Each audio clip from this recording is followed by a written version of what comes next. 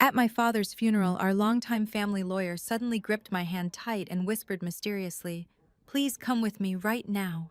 There is something extremely important you must see before it's too late."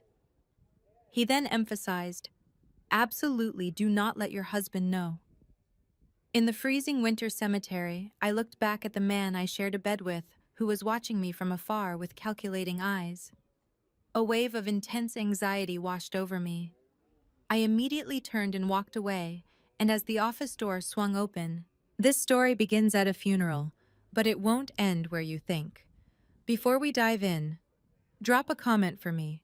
What are you doing while you listen? Working, driving, or taking a moment for yourself? I read every comment. Quick note, some details are fictionalized for storytelling, but the heart of this message is what matters most. Vernon Sterling's grip tightened on my arm, pressing into bone. His whispered words cut through the heavy funeral silence. "Mrs. Mercer, come with me immediately, don't tell your husband." The cemetery stretched cold and gray under bleak January clouds, a bitter Chicago wind carrying the scent of frozen earth. Mourners clustered around my father's grave in dark wool coats, their breath forming white clouds that dissolved into nothing. Vernon, 62, had been Arthur Vance's corporate attorney for 2 decades, a man whose silver hair matched his unshakable reputation. Now his fingers dug into my forearm with an urgency that made my pulse spike. I glanced toward the gravel path where Julian stood watching. Julian Mercer, 33. My spouse of 5 years wore a tailored suit that cost more than my monthly earnings. He had lowered his phone, eyes narrowed, calculating the distance between the elderly lawyer and me with the precision he usually reserved for quarterly corporate reviews. My husband, who had long ago stopped seeing me as anything but a convenient asset. "I don't understand," I whispered back. But Vernon was already releasing his hold, stepping backward into the crowd of grief-stricken colleagues as if our brief interaction had never occurred. At 30 years old, I was the quiet laboratory technician everyone overlooked, standing at my father's burial with a chemist's eye for detail and a wife's burden of silence. I tested water samples and safety protocols at Vance Enterprises, the company my father had built from nothing into a $75 million empire. I knew how to measure contamination in parts per million. I knew how to identify toxins invisible to the naked eye. I did not know why my father's trusted legal counsel had just warned me against my own husband.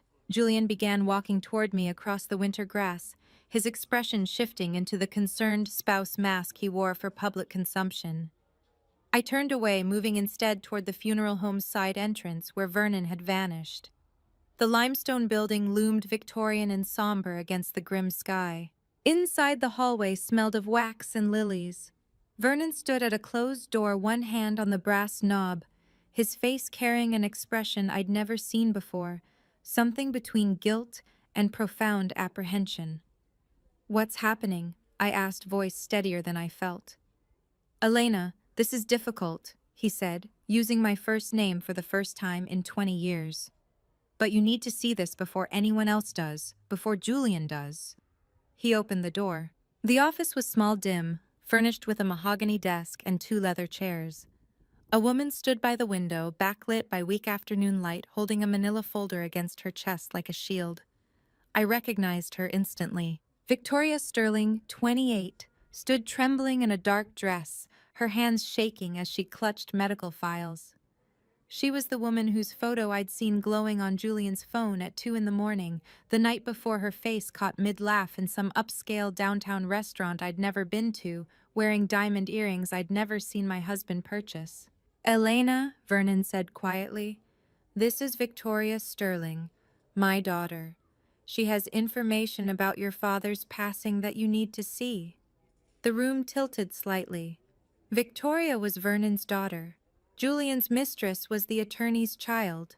The connections webbed out in my mind like complex chemical bonds, forming structures I didn't want to comprehend. "I didn't know he was going to die," Victoria said, voice breaking. "I swear I didn't know." She thrust the folder at me. I took it automatically, my laboratory-trained hands steady even as my thoughts raced. The folder felt heavy, cold, like evidence pulled from a crime scene. "What is this?" I asked.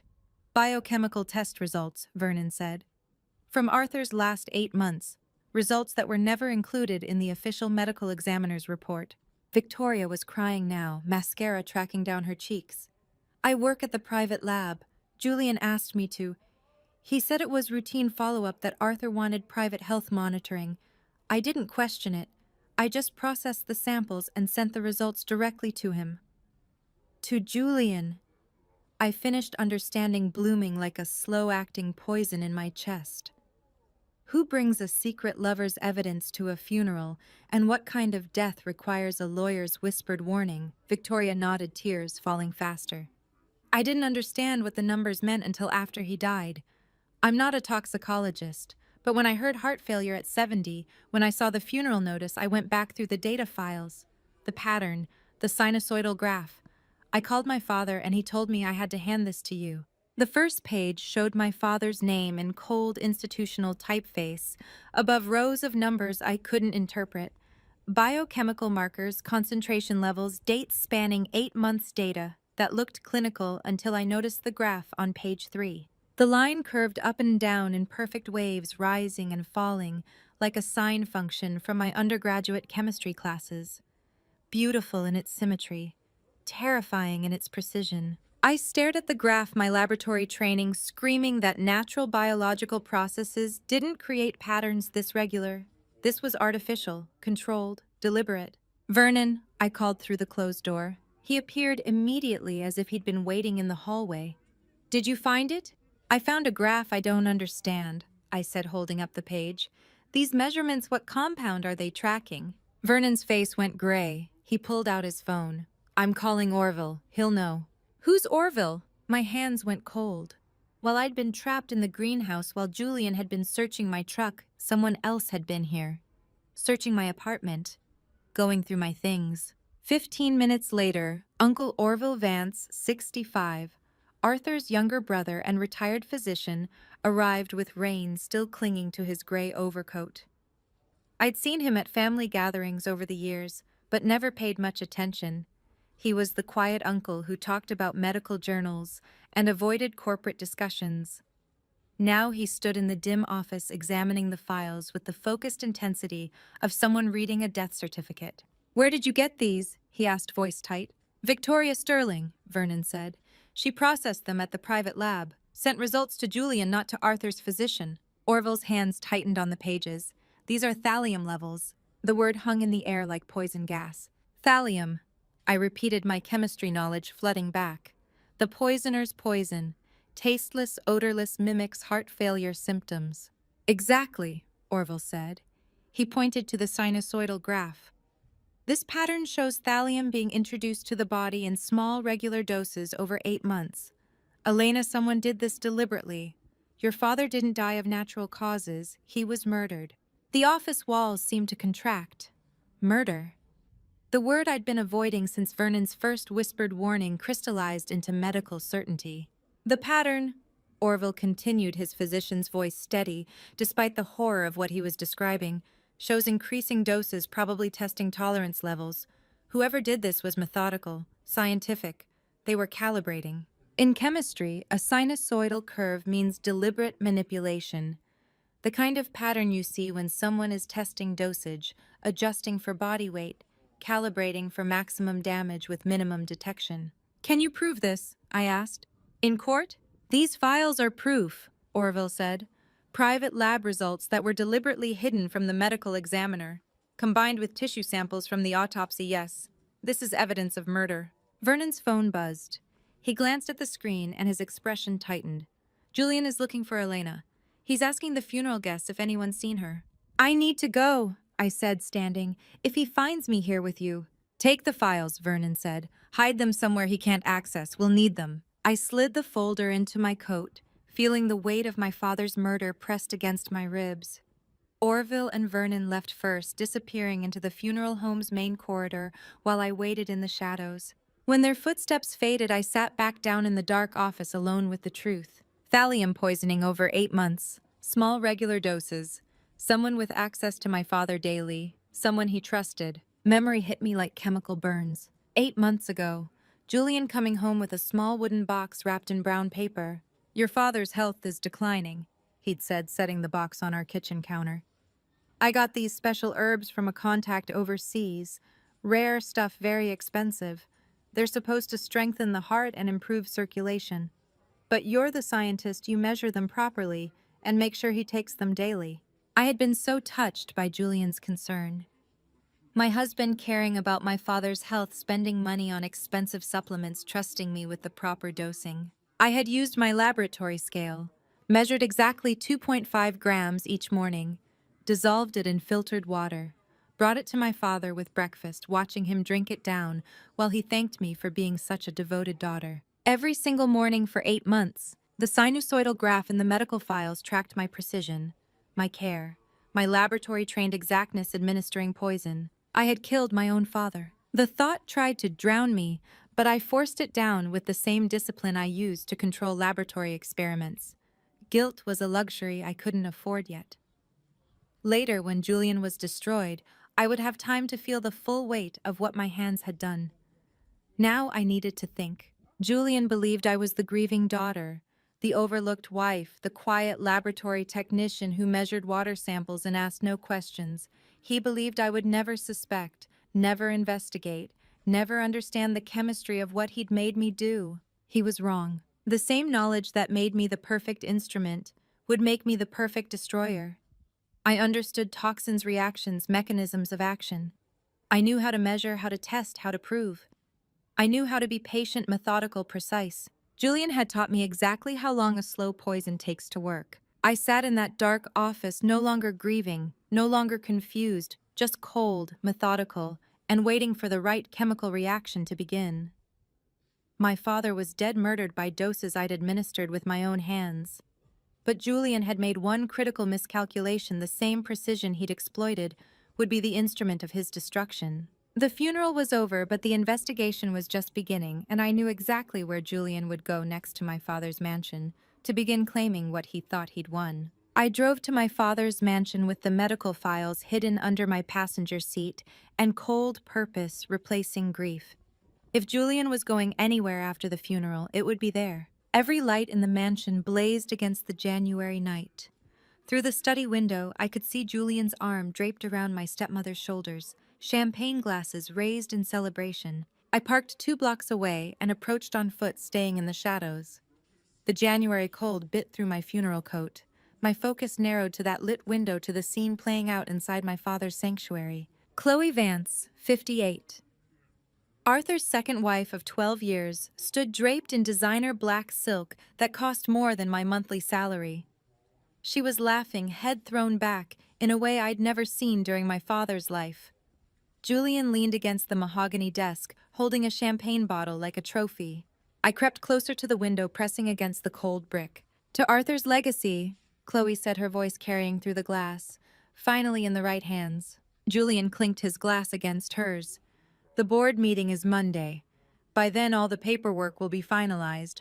Mark and Orville won't know what hit them." On the desk between them sat a Vance Enterprises organizational chart. Even from outside, I could see Julian's name circled in red at the top, chief executive officer. The chart wasn't fresh. The paper looked worn, creased from being folded and unfolded. The handwriting in the margins showed notes, dates, strategic planning. This wasn't something drawn up after my father's death. This document had been prepared, refined, studied for months.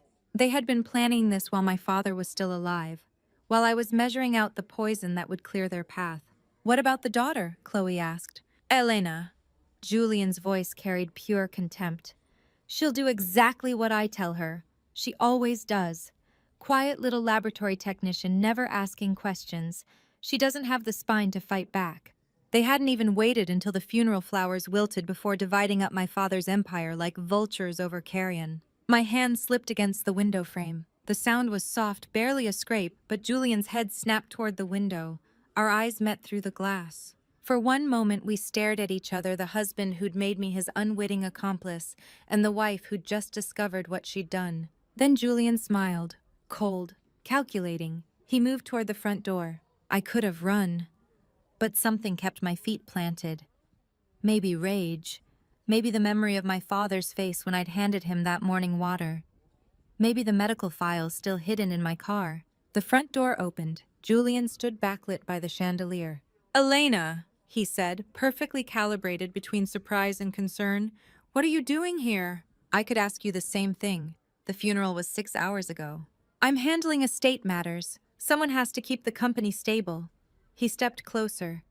"But you saw us through the window, heard us talking. No point denying it." The organizational chart looked very prepared, very pre-planned. Julian's false concern evaporated. His expression shifted into something predatory and precise. "Come inside," he said, not a request. He led me to the study where Chloe had vanished. The organizational chart still sat on the desk, Julian's name circled like a target achieved. Julian pulled a document from the drawer. "Emergency Property Management Authorization. You're going to sign this tonight. It grants me temporary control of all estate assets while the will is being processed." "I'm not signing anything." "Yes, you are." His voice was flat, emotionless. "Because 6 months ago, I installed a security camera in the mansion kitchen, high definition, time-stamped, and it has 8 months of footage showing you preparing Arthur's morning water." The floor tilted. "Every morning." Julian continued, precise as surgical cuts. "You measured exactly 2.5 grams with your laboratory scale, dissolved it in filtered water, brought it to your father with breakfast. The footage is crystal clear. You're even smiling in some of them." How long had he been planning this, installing cameras, documenting my movements, turning my daily routine into a noose around my own neck? "You made me do it," I said, but the words sounded weak. "Did I?" "Because the footage shows you alone measuring substances, preparing drinks. No one forced you. Just a devoted daughter caring for her father. Except the father ended up dead from the exact substance you were measuring. How do you think that looks to a jury?" My throat tightened. He was right. Without context, without proof of Julian's manipulation, the footage would look exactly like he described a daughter poisoning her father. "Sign the authorization," Julian said, pulling out a pen. "Or tomorrow morning I hand that footage to the police. They'll see you as the laboratory technician who poisoned her own father for inheritance. 20 years in prison." The medical files flashed through my mind, Victoria's evidence, Orville's confirmation, the sinusoidal graph. But none of that would matter if I was arrested first, if Julian controlled the narrative, if he destroyed the evidence before I could use it. I needed time. Time to think. Time to find whatever my father had hidden. I forced my voice to shake, played the overwhelmed daughter Julian expected. "I need 10 minutes. Let me go to the greenhouse. I can't think straight, please." Julian studied me, weighing whether this was capitulation or resistance. Then he nodded, confident in his victory. 10 minutes, he said. Then you sign or I make the call." I walked toward the back patio door, feeling Julian's eyes tracking every step. He thought he'd cornered me with that camera footage, thought he'd turned my laboratory precision into the perfect weapon and the perfect frame. But he didn't know about Victoria's medical files hidden in my car, and he definitely didn't know what my father had left waiting in the greenhouse for me to find. The greenhouse door closed behind me, sealing me in humid warmth that smelled of earth and orchids. I had 10 minutes before Julian came looking, before he forced me to sign away everything my father had built. The greenhouse air wrapped around me like a warm embrace, and I remembered my father's handwriting in his research notebook. "When things are darkest, look for life deep underground." I'd found that notebook 3 months ago while organizing his study. Page after page of psychid cultivation notes, but one sentence had been different, underlined twice, written in heavier ink. The cycad plant stood in the corner where my father had positioned it 15 years ago. Massive, ancient, its trunk thick as a tree with dark green fronds spreading like a crown. I grabbed a small gardening shovel from the tool bench and knelt beside the cycad's root system. The first few inches came up easily, loose potting soil, well aerated. Then the shovel hit something solid. I dug faster, pushing aside dirt with my hands until metal gleamed in the overhead lights. A waterproof tin box sealed with rubber gaskets buried 6 inches beneath the surface. My hands shook as I lifted it free. The seal released with a soft pop of escaping air. Inside, wrapped in protective cloth, a solid brass key with serial numbers etched into the metal, and a small digital tape recorder no bigger than my palm. The living room had been methodically ransacked. Drawers pulled open, papers scattered, my mail spread across the coffee table. But this wasn't random burglary. Nothing valuable was missing. My laptop sat untouched on the desk. My grandmother's silver candlestick still stood on the mantel. Whoever broke in wasn't looking for electronics or jewelry. I pressed play on the tape recorder. My father's voice filled the greenhouse recorded months ago, but sounding exactly as I remembered. Elena, if you're hearing this, then I'm dead and you found what I left for you. The key opens box 1847 at First National Bank on Michigan Avenue. Inside that box, you'll find everything you need: documentation, recordings, financial records, everything Julian and the others thought they'd hidden. My throat tightened hearing his voice calm and methodical even while planning for his own murder. I've known for 3 months that someone is poisoning me. The symptoms were too precise, too carefully managed. By the time I confirmed it, the damage to my heart was irreversible. So I built insurance instead. The safe deposit box contains everything. But Elena, you need to understand Julian didn't work alone. There's a conspiracy involving people you trust. Be careful who you tell. Get the evidence first, then decide who to bring in. The cycad plant lives for hundreds of years, storing energy in silence, waiting for the exact right moment to bloom. My father had chosen his metaphor carefully. The recording ended with a soft click. I sat back on my heels, holding the brass key and recorder, understanding finally what my father had done. He'd spent his final months not fighting the poison, but documenting it, building a case, creating evidence that would survive his death. Footsteps crunched on the gravel path outside. I shoved the tin box back into the hole and quickly pushed soil over it, smoothing the surface. The brass key and recorder went into my jacket pocket as the greenhouse door handle rattled. Then I heard it, the sharp metallic snap of the deadbolt sliding home from outside. Julian had locked me in. I ran to the door and pulled. Locked solid. The greenhouse had been built with security in mind: heavy glass panels and steel frames. Now it was my cage. Through the frosted glass, I could see Julian's dark silhouette moving toward the parking area where I'd left my truck.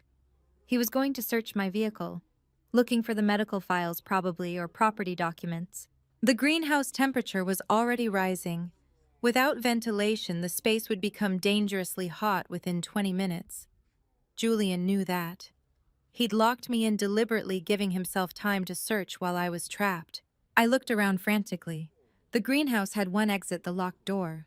But overhead in the peaked roof was a ventilation panel that opened to the attic space above. I grabbed a stepladder from the corner and climbed. The ventilation panel was held shut by a simple latch. I pulled the pliers from the tool bench and snapped the latch mechanism. The panel swung open into darkness. I pulled myself through, emerging into the mansion's attic, a dusty, unused space filled with old furniture and storage boxes. A small window at the far end showed the parking area below. I crawled to the window and looked down. Julian was at my truck, the driver's door open, his upper body bent inside the cabin, searching the glove compartment, the center console, looking for anything I might have taken from the funeral home office. Meanwhile, the tin box I'd just excavated sat hidden in plain sight back in the greenhouse, buried again between bags of organic fertilizer soil, less than 10 feet from where he'd been standing when he locked me in. The greenhouse glass creaked from rising heat. In 5 more minutes, I would have passed out from heat exhaustion. I crawled back through the attic, found the access stairs to the 2nd floor, and slipped down through the darkened mansion. Julian was still outside. I could hear him slamming truck doors, his search growing desperate. I slipped out the front entrance and ran. By the time I reached my truck, Julian having already searched and abandoned it, he was back in the greenhouse, probably just discovering the broken ventilation panel and realizing I'd escaped. I started the engine and drove away, the brass key and tape recorder pressing against my ribs like promises. Julian had no idea what I'd found. He thought he'd trapped me, thought he'd bought himself time to search for evidence I didn't have. But I had everything now. My father's insurance policy, his recorded voice explaining the conspiracy, a key to a bank vault containing proof of everything Julian had done. The tin box sat buried in the greenhouse soil, right where Julian had been standing, completely invisible, unless you knew to look beneath the cycad's ancient roots. And by the time he thought to search there, I would already be at First National Bank, opening box 1847, discovering what my father had left for me. I drove away from this mansion with the brass key and tape recorder pressed against my ribs, watching my rearview mirror for Julian's headlights. The streets were empty at midnight, Chicago's January cold keeping everyone inside. My apartment building's parking garage was dark and silent. I pulled into my assigned spot and sat for a moment, fingers gripping the steering wheel, trying to process everything that had happened in the last 12 hours. My father's funeral, Victoria's medical files, the greenhouse, Julian's blackmail threat. I climbed the stairs to the third floor, instead of taking the elevator old laboratory habit making me cautious. The hallway fluorescent lights buzzed overhead, harsh and institutional. Then I saw my door. The lock hung at an odd angle, fresh scratches glinting under the harsh light. I knew before I even touched the handle that someone had been inside. I pushed the door open slowly. The apartment smelled wrong, not my usual lavender diffuser, but something earthier. Masculine cologne mixed with something else. Mud. The muddy footprints tracked across my hardwood floor were unmistakable reddish clay, still wet, the same distinctive soil from the mansion's rose garden.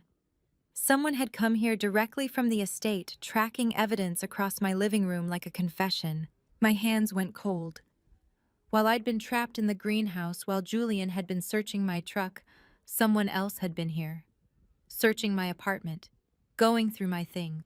The living room had been methodically ransacked.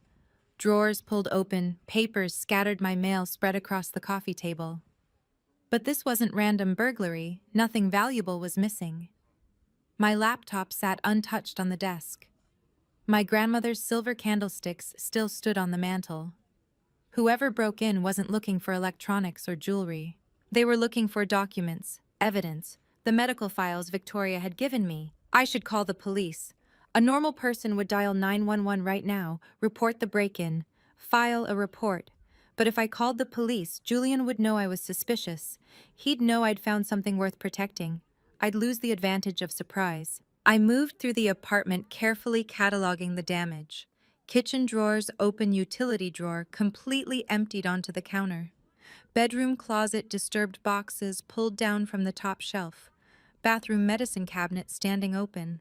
Then I heard a soft scrape of metal against concrete from the balcony. I froze. Someone was still here. I grabbed the cast iron skillet from the kitchen counter and moved silently toward the sliding glass door. The balcony was dark, but I could see a silhouette against the night sky, a man's shape bent low, one leg already over the railing. He was trying to escape. I hit the light switch. The balcony flooded with brightness, and the man jerked backward, his face illuminated for just a moment before he scrambled over the railing.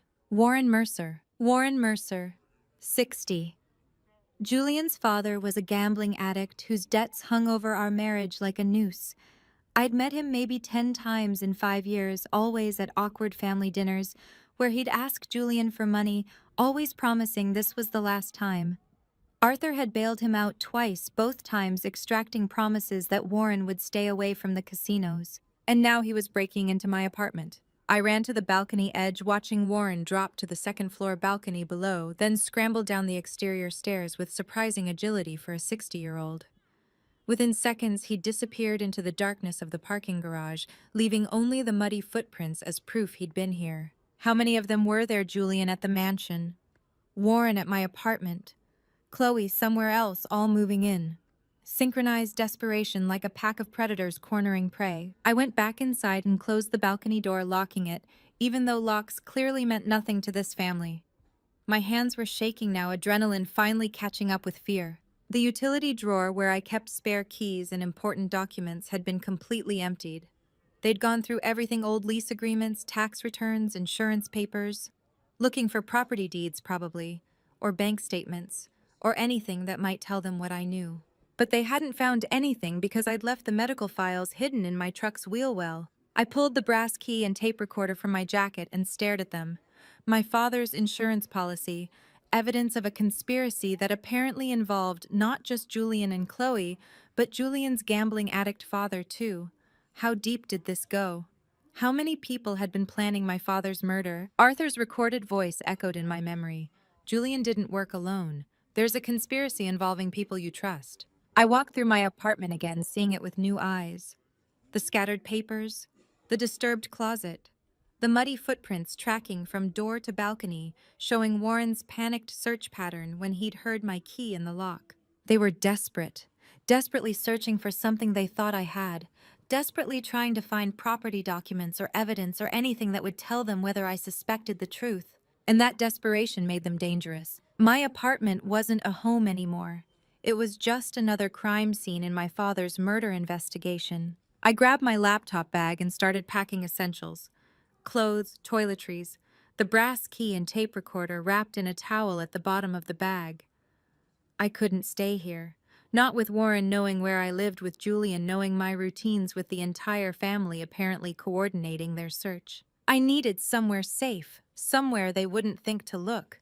Somewhere I could listen to my father's tape recorder and plan my next move without worrying about another break-in. But where my brothers lived at the estate, Uncle Orville's address was in the family directory. Any hotel would create a credit card trail Julian could track. I stood in my violated apartment, watching through the balcony door as Warren Mercer's silhouette disappeared into the midnight streets of Lincoln Park, and understood with chilling clarity that I had no safe place left. The tin box pressed against my ribs beneath my jacket, evidence my father had hidden for me, and I realized Julian's family wouldn't stop searching until they found what I was hiding. They didn't just want my father's estate. They wanted to make sure no one could stop them from taking it. I had maybe 6 hours before Julian realized I'd found something in that greenhouse. 6 hours to get somewhere safe, listen to the tape recorder, and figure out my next move. I grabbed my packed bag and left the apartment with the broken lock, heading for the one place I thought they might not look: my father's laboratory at Vance Enterprises, where I still had 24-hour access as an employee. I sat in my truck in the parking garage with the engine running, trying to decide where to go.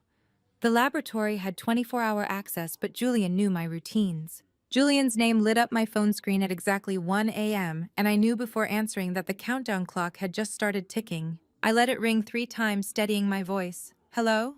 I'm calling to inform you that you have until noon today, that's 11 hours, to sign the emergency property management documents.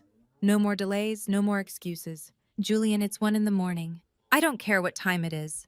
You ran away from the mansion tonight. You're clearly unstable, grief-stricken, making poor decisions.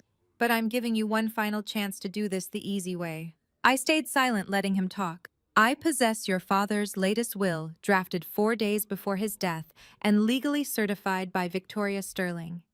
It leaves controlling shares of Vance Enterprises to me. If you contest it, I'll immediately file criminal charges against your brother Mark for corporate fraud using documents I've already prepared. My breath caught. Mark. He was threatening Mark now. Mark hasn't done anything wrong. Those documents are fabricated, and you know it. Are they? Because I have Victoria's certification on financial transfers Mark allegedly authorized without board approval. I have emails with his digital signature. Enough documentation to tie him up in legal proceedings for 3 years minimum. And you know Mark can't afford that kind of legal battle. He was right. Mark had 2 kids, a mortgage, no liquid savings. A fraud investigation would destroy him even if he was eventually cleared. You're going to meet me at Vernon Sterling's office at noon, Julian said. You're going to sign the emergency authorization. Then you're going to disappear back into your quiet little laboratory job and stop asking questions. Do that and Mark stays safe. Refuse and I file charges before end of business today. You're blackmailing me. I'm giving you a choice. There's a difference. He paused. 11 hours, Elena. Noon at Vernon's office. Don't be late. The call ended. I sat in the dark parking garage, hands shaking. 11 hours, the same amount of time it takes thallium to complete one full cycle through the human bloodstream. Julian had weaponized my entire family, turning Mark into a hostage.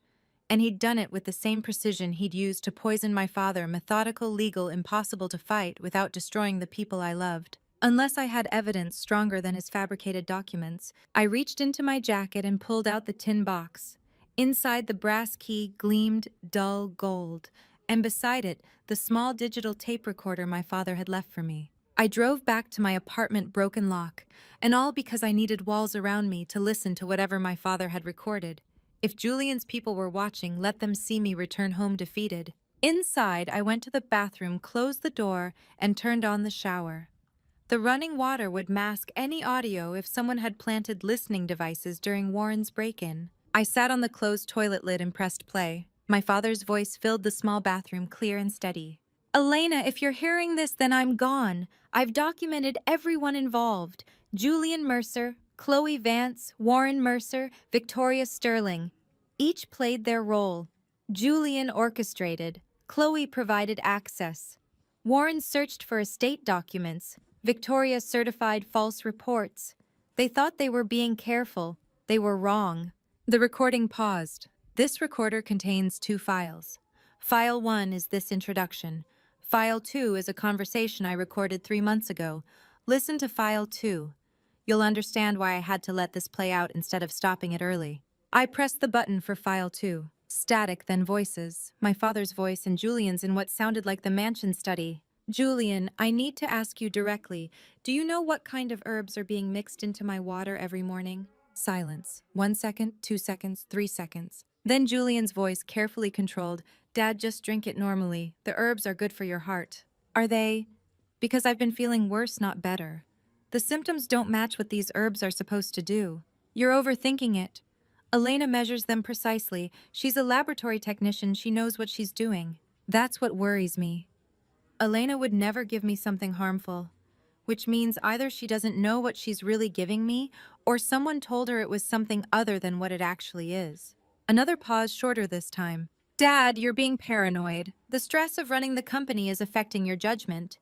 Maybe you should consider stepping down, letting me take over operations. There it is, my father's voice said quietly. That's what this is really about. The recording ended. I sat in the bathroom with steam from the shower fogging the mirror. My father had known. 3 months before his death, he'd known Julian was poisoning him, and he'd recorded Julian's response. My father's voice echoed in the small bathroom, steady and calm, speaking to me from 3 months before his death, like he'd known I'd be sitting here at 2 a.m. listening to evidence of his murder. A chemist understands that silence. It was the exact moment a reaction occurs. The hesitation before a lie solidifies. My father had trapped him on tape, and that 3-second pause was the proof I needed. I had the recording. I had the brass key.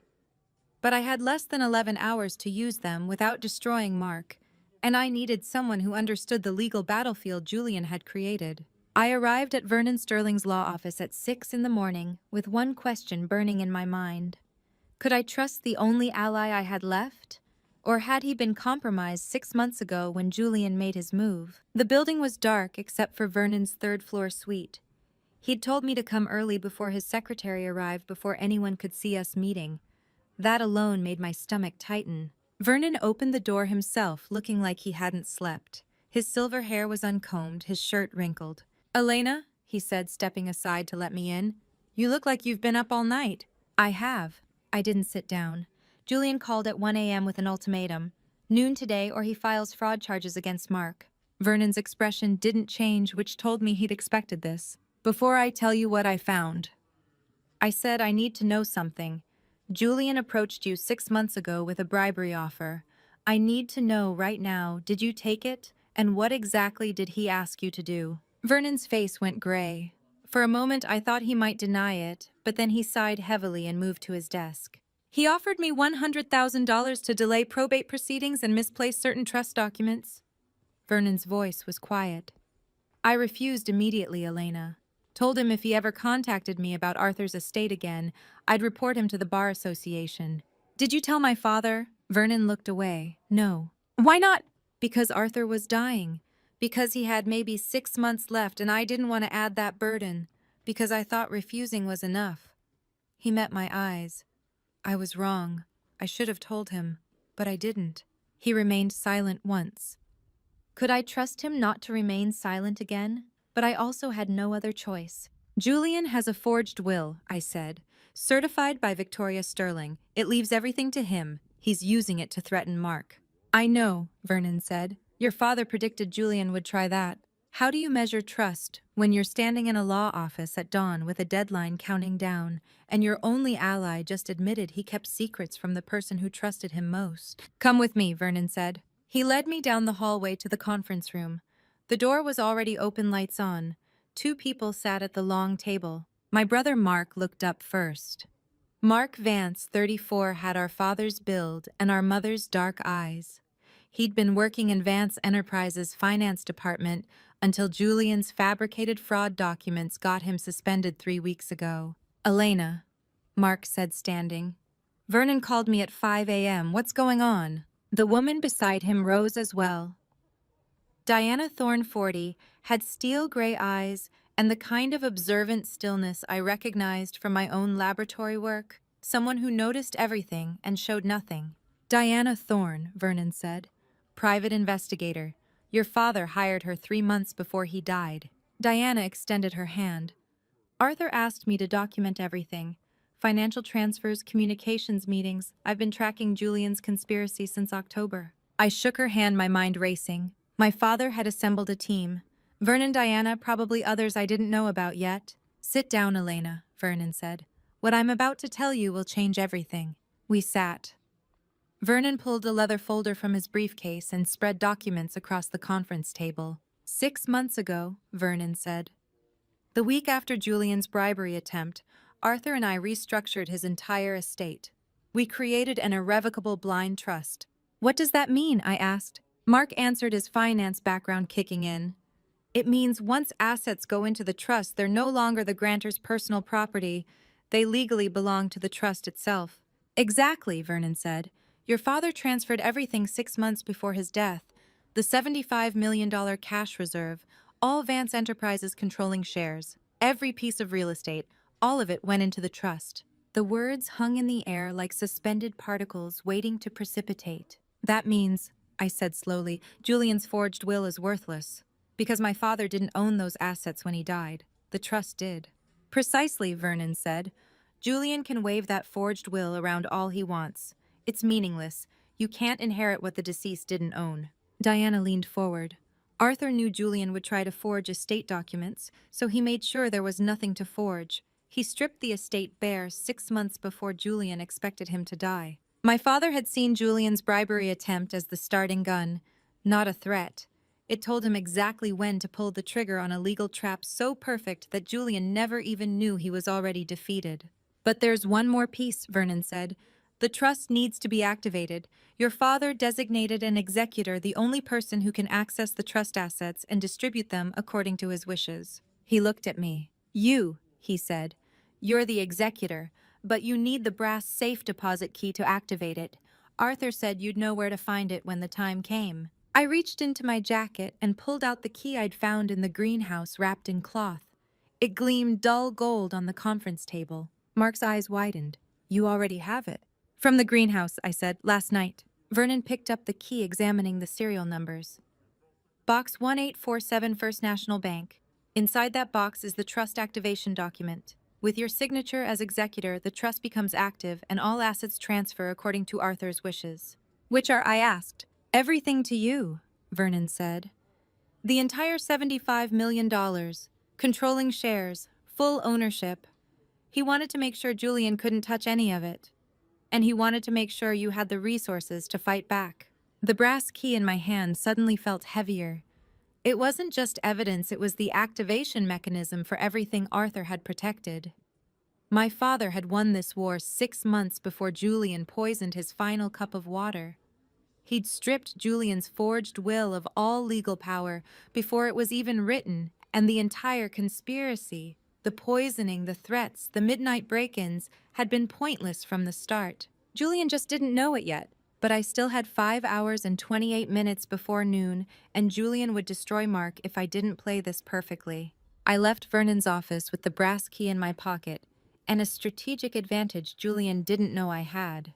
But I still had 6 hours until his noon deadline, and I needed to see the forged will with my own eyes. I walked into my husband's 40th floor CFO office at 9 a.m., knowing something he didn't. The forged will he was about to show me was legally worthless, and I just needed to see the forgery with my own eyes. Julian's office occupied the corner of Vance Enterprises' corporate building, all glass walls, and downtown Chicago skyline. He sat behind an enormous mahogany desk that had belonged to my father until 3 weeks ago. Elena, he said, standing with false warmth, I'm glad you decided to be reasonable. Show me the will, I said. He pulled a leather folder from his desk drawer and slid it across to me. Your father's final will dated January 11th, just 4 days before his death, witnessed and certified by Victoria Sterling. It supersedes all previous estate documents. I opened the folder. The document looked professionally prepared, Watermarked paper, proper legal formatting, multiple pages of dense text disposing of my father's estate. Julian's name appeared throughout, designated as primary beneficiary for controlling shares of Vance Enterprises. And at the bottom of page 7, my father's signature. I lifted the page toward the window, angling it to catch the morning light. The signature gleamed with that telltale petroleum sheen cheap gel ink from a ballpoint pen. My father's fountain pen ink had a matte carbon black finish with microscopic mica particles for anti-forgery protection. I'd seen him sign legal documents 100 times in his study, always using the same Mont Blanc pen with custom-formulated ink. This signature was a photocopy traced over with gel ink, probably done by Victoria, using a light table, good enough to fool a casual observer, not good enough to fool someone with laboratory training in chemical composition. Ink analysis is forensic chemistry oil-based gel. Ink oxidizes differently than water-based fountain pen ink, leaves different reflectivity patterns, bonds to paper fibers with entirely different molecular structures. But I revealed nothing. "This gives you everything," I said aloud, playing the defeated wife Julian expected to see. "Not everything," Julian corrected. "The estate goes through probate, but this will establish my claim as primary beneficiary. Combined with the emergency authorization you're about to sign, I'll have operational control immediately." He pushed another document across the desk, the authorization papers he'd threatened me with at 1 a.m. "I need time to process this," I said, forcing my voice to shake. "Can I have until this evening to review the authorization papers?" Julian's eyes narrowed. "You have until noon. That was the deal." "Please," I said, letting real exhaustion show. "Just a few more hours. I need to talk to Mark. Make sure he understands this is the only way to protect him." Julian studied me, weighing whether this was capitulation or resistance. Then he nodded. 4 p.m., he said. "That's as late as I'm willing to go. Vernon's office, 4 o'clock. If you're not there with your signature, I file charges against Mark at 4:01. I left the building with the forged will photographed on my phone, and Julian's revised deadline ringing in my ears. 4 hours instead of 6, he was tightening the noose. My truck was parked 3 blocks away in a surface lot. The low fuel light glowed orange on the dashboard as I started the engine.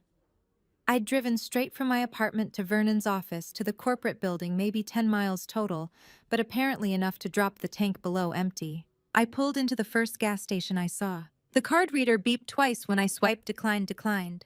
I tried again, hands starting to shake. Still declined. I pulled out my phone and opened my mobile banking app. Checking account, $0 savings. Account $0. A banner notification sat at the top of the screen.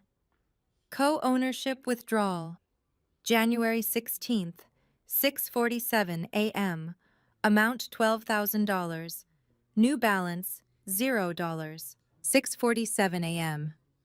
While I was sitting in Vernon's conference room, learning about the irrevocable trust, Julian had been draining every dollar I owned. That joint account from 5 years ago, the one I'd forgotten about when we merged our finances. We'd opened it when we first married, back when I still believed Julian cared about something beyond my father's company. I'd stopped using it years ago, but legally Julian still had co-ownership rights, full withdrawal authority, and he'd used those rights to financially strangle me. I sat in my truck at the gas pump, watching other customers fill their tanks, pay with cards that actually worked, drive away to lives where their bank accounts weren't controlled by murderers. How do you fight a legal battle when your opponent controls your bank account? Your home address is compromised, and you have 6 hours before he destroys your brother's life. I checked my pockets. $17 in cash from my wallet. The brass key worth $75 million. My father's tape recorder with evidence of conspiracy. My phone with photos of the forged will.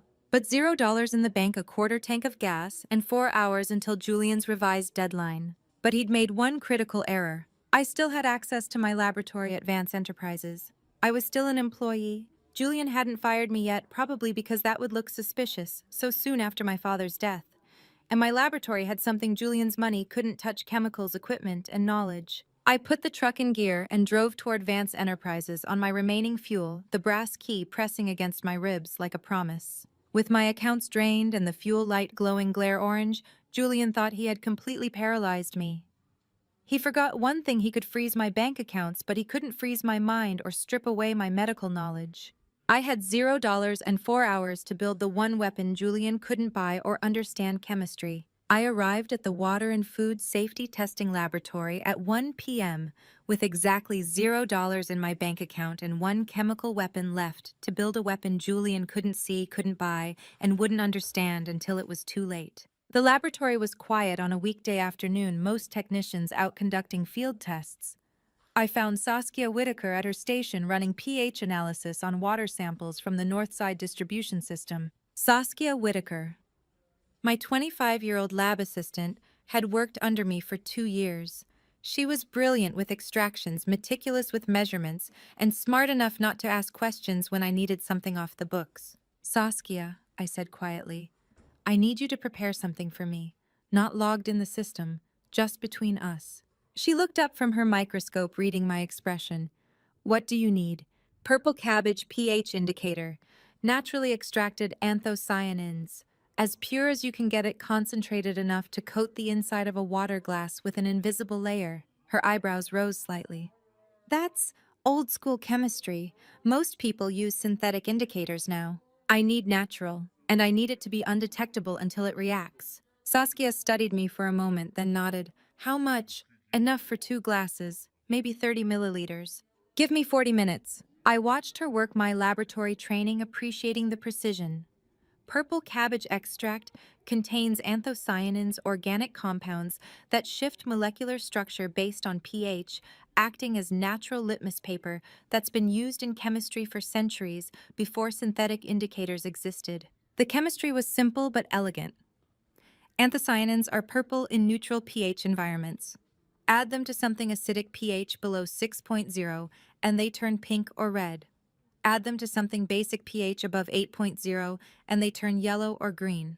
Most heavy sedatives have low pH. When dissolved in water, they create an acidic solution. Here's how it works, I explained as Saskia purified the extract through a filter.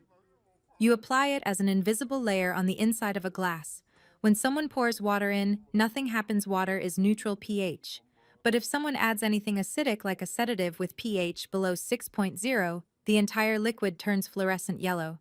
Chemistry doesn't lie. Saskia handed me a small amber bottle. 35 milliliters, high concentration. Apply it thin with a cotton swab, let it dry completely. It'll be invisible until reaction. "Thank you," I said. "Elena," she said quietly, "I don't know what this is for, but be careful." I left the laboratory with the pH indicator in my pocket and drove to a quiet cafe 3 blocks from the police station. Dominic Hampton was already there, sitting in a back booth with coffee going cold in front of him. Dominic Hampton, 45, was a police inspector I'd met exactly once at my father's 60th birthday party 5 years ago. Arthur had introduced him as his old college friend, someone who'd chosen public service over corporate law. Now he looked at me with the same careful assessment I'd seen in Vernon's eyes. "Your father called me 2 months before he died," Dominic said without preamble. "Asked me to meet him at his office. Not the mansion, the corporate office, very specific about that." "What did he want?" Dominic pulled a sealed envelope from his jacket, official-looking, stamped with legal seals, my father's handwriting across the front, "Open only upon issuance of arrest warrant for Julian Mercer." "He left this with very specific instructions," Dominic said. "Told me that if anything happened to him, if he died within the next year, I should watch for signs of foul play. Said that if I ever had probable cause to arrest Julian Mercer, I should open this envelope first." "What's inside?" "I can't open it without the arrest warrant, legal chain of custody, but Arthur told me it contains full legal names and documentation of everyone involved in what he called the conspiracy. Julian Mercer, Chloe Vance, Warren Mercer, Victoria Sterling. The same names on the tape recorder." My father had documented everything twice, 3 times, building redundant systems to ensure justice survived his death. "I need your help," I said. "Tonight. Julian is planning something and I have evidence he's going to attempt another crime." Dominic leaned forward. "What kind of evidence?" "The kind that will give you probable cause for that arrest warrant." I explained the plan: Julian's deadline, the apartment meeting, the pH indicator that would expose any sedative he tried to slip into my drink, the hidden camera Diana was installing. The tape recorder proving Julian knew about the poisoning months before my father died. If he drugs that water, I said, you'll have him on camera committing felony assault. That's your probable cause. That's when you open the envelope. Dominic was quiet for a long moment. Your father was my friend, he finally said. Best man at my wedding. He asked me for one favor in 30 years of friendship, to wait for this moment and be ready to move when you gave me the signal. Will you do it? What time? 7 p.m., my apartment. I'll have Diana wire the space. You position officers outside. The moment that water turns yellow, you come in. Dominic nodded slowly. I'll need to see the camera feed in real time, and I'll need you to say a specific code word when you want us to enter, something that won't sound suspicious in conversation. Arthur, I said. The code word is Arthur. My father had met with a police inspector 2 months before his death, knowing he wouldn't survive long enough to see justice himself, trusting me to finish what he'd started. I'll have a team ready, Dominic said. But Elena, if this goes wrong, if Julian realizes it's a trap. He won't, I said. Because I'm going to call him right now and give him exactly what he wants, a defeated wife begging to sign his papers. Arthur had prepared everything down to the smallest detail. The brass key, the tape recorder, the irrevocable trust, Diana's investigation, and now a sealed police envelope containing every conspirator's name. He'd built a legal machine so perfect that all I had to do was pull the trigger. But first I had to survive the next 4 hours and get Julian to walk into my apartment with that vial of sedatives in his pocket. I had one more person to call before Julian's deadline hit: Julian himself. I left the cafe with Dominic's promise of backup and one final task: lure Julian into the trap. The parking lot stretched empty under violet twilight. My car a metal cocoon, shielding me from everything except the phone in my trembling hands and the performance I was about to deliver. I sat in the driver's seat with the engine off, watching the January sun set behind Chicago's skyline. In 2 hours, Julian would walk into my apartment expecting a defeated wife signing away her future. But first, I had to convince him that defeat was real. I adjusted the rearview mirror to watch my own face, practiced letting my voice crack, tried different levels of exhaustion, different pitches of desperation. Arthur had loved theater. When I was 12, he'd taken me to see performances at the Goodman Theater, explaining afterward how good actors found truth in lies. The best performances, he'd said, use real emotions for fake situations. That's what makes them believable. I thought about my father's funeral. The medical files Victoria had thrust at me. The tin box buried beneath the cicad plant. My bank account showing $0 this morning. The tears came easily. Real tears, real exhaustion, real grief. I just had to redirect them into fake surrender. The performance didn't require much acting. The exhaustion in my voice would be real, the tears genuine, the desperation authentic. I was simply channeling true emotion into a false narrative, making the lie undetectable because the feelings underneath were completely honest. I rehearsed the key phrases mentally. I can't do this anymore. Pause for breath. You win. Let voice break there. Just let me leave with something. Timing was everything. Pauses that sounded like shame, voice breaks that suggested defeat rather than rage. At 6:34 p.m., I dialed Julian's number. He answered on the second ring. Elena, I let my voice crack immediately. Julian, I can't keep fighting. You were right, I was never part of this world. Silence on the other end, calculating silence. What do you want, Elena? To sign the papers. Tonight. I paused, letting real tears make my voice shake. But I need 12,000. My savings. You can keep everything else. The company, the estate, all of it. Just give me back what was mine. More silence. I could almost hear him weighing whether this was genuine or a trap. Why tonight? He finally asked. Because I can't spend one more night in this apartment surrounded by his things. The tears were real now, grief mixing with performance. Because every hour I stay here, I lose more of myself. Because you've already won and I just want it over. Through the windshield, streetlights flickered on, one by one, across the parking lot. Each sodium vapor bulb casting orange pools that reminded me of stage lights of performances Arthur had taken me to as a child, of the difference between authentic emotion and manufactured display, a difference I was about to erase. 7 o'clock, Julian said, and I could hear the satisfaction bleeding through his fake concern. Your apartment. I'll bring the cash. Thank you, I whispered, voice calibrated to sound broken rather than strategic. Elena, he said, voice softening in a way that made my skin crawl. This is the right decision. Your father would want you to move on, start fresh. Not destroy yourself fighting battles you can't win. I hung up before I could say something that would shatter the performance. The call had lasted 2 minutes and 47 seconds, long enough to convince him. Short enough to sound like genuine emotional collapse rather than calculated strategy. I sat in the darkening car processing what had just happened. Julian had agreed before I even finished explaining. Before asking where I'd get the money to pay him back. Before questioning why I wanted to meet tonight instead of tomorrow. Before showing any of the suspicion a careful person would display. He'd been waiting for this, anticipating my surrender, maybe even engineering the circumstances to break me faster, the bank account drainage, the deadline pressure, the threat against Mark. All of it designed to create exactly this moment, the defeated wife begging for scraps.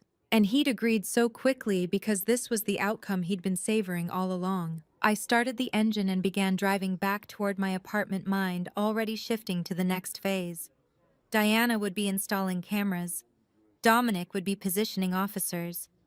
I needed to coat the inside of a water glass with Saskia's pH indicator, stage the apartment to look like defeat rather than preparation. The phone screen showed 6:47 p.m., 13 minutes since the call ended, 73 minutes until Julian would arrive, expecting a broken woman signing away her future walking, instead into surveillance cameras, and a wife who'd learned revenge from a master strategist. Then my phone buzzed with a text message. Julian, I'll bring champagne. We should celebrate you finally seeing reason. I pulled over, staring at the message. Champagne. He wasn't just coming to collect my signature.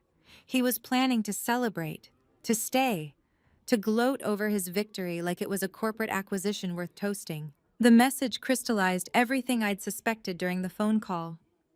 Julian hadn't just anticipated my surrender, he'd been savoring the fantasy of it. The champagne meant he planned to luxuriate in my defeat, to watch me sign away my father's legacy, while he raised a glass to his own cleverness. Perfect. The longer he stayed, the more footage the cameras would capture. Every minute he spent celebrating was another minute of evidence.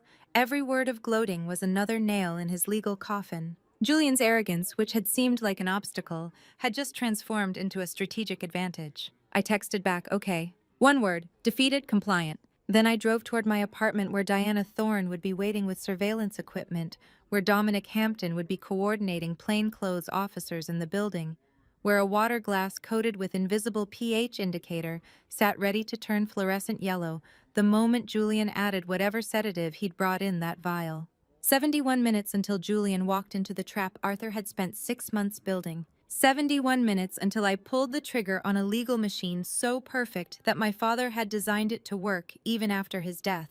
I had one more preparation to make before Julian arrived, applying the pH indicator to the glass and positioning it exactly where he'd see it, exactly where he'd think to use it, exactly where the cameras would capture every frame of him poisoning my water, the same way he'd poisoned my father's.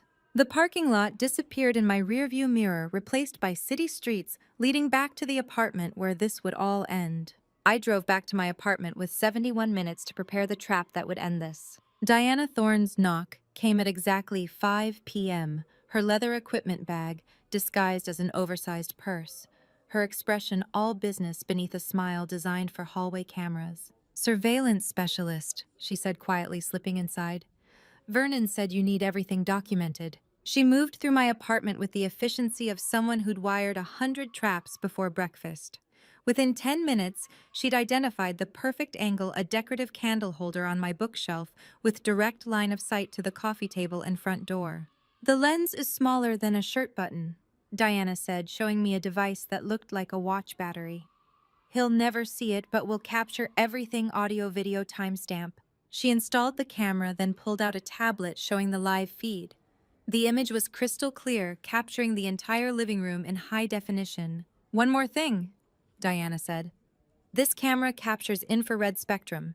If he introduces any powder or liquid, anything at all, it'll show up on enhanced footage as glowing evidence, even if it's invisible to the naked eye.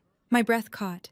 Even if Julian was careful, even if he used something colorless and odorless, the infrared spectrum would expose it. I set up a secure live stream from my own network profile, granting Dominic's team eyes inside the room. Legally, as the tenant, it was my right to record. My phone buzzed. Dominic calling. Officers positioned. His voice came through Diana's speakerphone.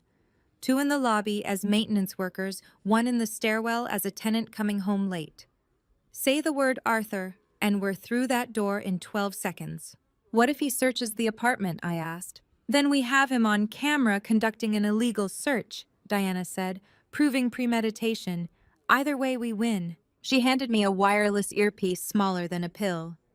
Keep this in. We'll hear everything. If something goes wrong before you can say the code word, just touch your left ear twice. That's the panic signal. I practiced the motion. Touch left ear twice. The water glass, I said, pulling out the small bottle Saskia had prepared. I need to code it now. Diana watched as I used a cotton swab to apply the invisible pH indicator to the inside of a plain drinking glass. The purple cabbage extract dried clear, leaving no trace. What does it detect? Diana asked. Acidic compounds. If he adds anything with pH below 6.0, most heavy sedatives, the water turns fluorescent yellow. Diana smiled grimly. Your father taught you well. Diana and Dominic left at 6:47 p.m., 13 minutes before Julian's arrival, and the apartment transformed from war room to stage set. Every object a prop, every word I would speak a scripted line, except the cameras would capture truth instead of performance. I positioned the coated water glass on the coffee table between the couch and the armchair. Casual, natural. Where someone might offer a guest a drink. At exactly 7 p.m., Julian knocked. I opened the door to find him holding a champagne bottle in one hand and a leather folder in the other. An envelope thick with cash peeked from his jacket pocket. Elena, he said, stepping inside without waiting for invitation. I told you this would end with you seeing reason. Arthur raised you smarter than I thought you'd act. I kept my voice carefully defeated. You were right. I don't belong in his world. I just want my life back. Julian set the champagne on the kitchen counter and moved to the coffee table, spreading out the authorization forms like he owned the place, which I suppose he believed he did. Sign the authorization forms first, he said, pulling a pen from his pocket. Then we'll count out your 12,000 and toast to your fresh start. I sat on the couch playing the exhausted widow. Can I get you coffee, water? Water's fine, Julian said, barely glancing up from the papers. I went to the kitchen, filled the treated glass from the tap, and brought it back to the coffee table. Set it down between us, close enough for him to reach, far enough to look natural. Julian studied the forms, pointing to signature lines. These authorize temporary estate management during probate. Standard procedure. Your lawyer can verify. I don't have a lawyer anymore, I said quietly. Can't afford one. Julian's smile was pure satisfaction. Yes, I noticed you had some banking issues this morning. Joint account withdrawals are perfectly legal when both parties have co-ownership rights.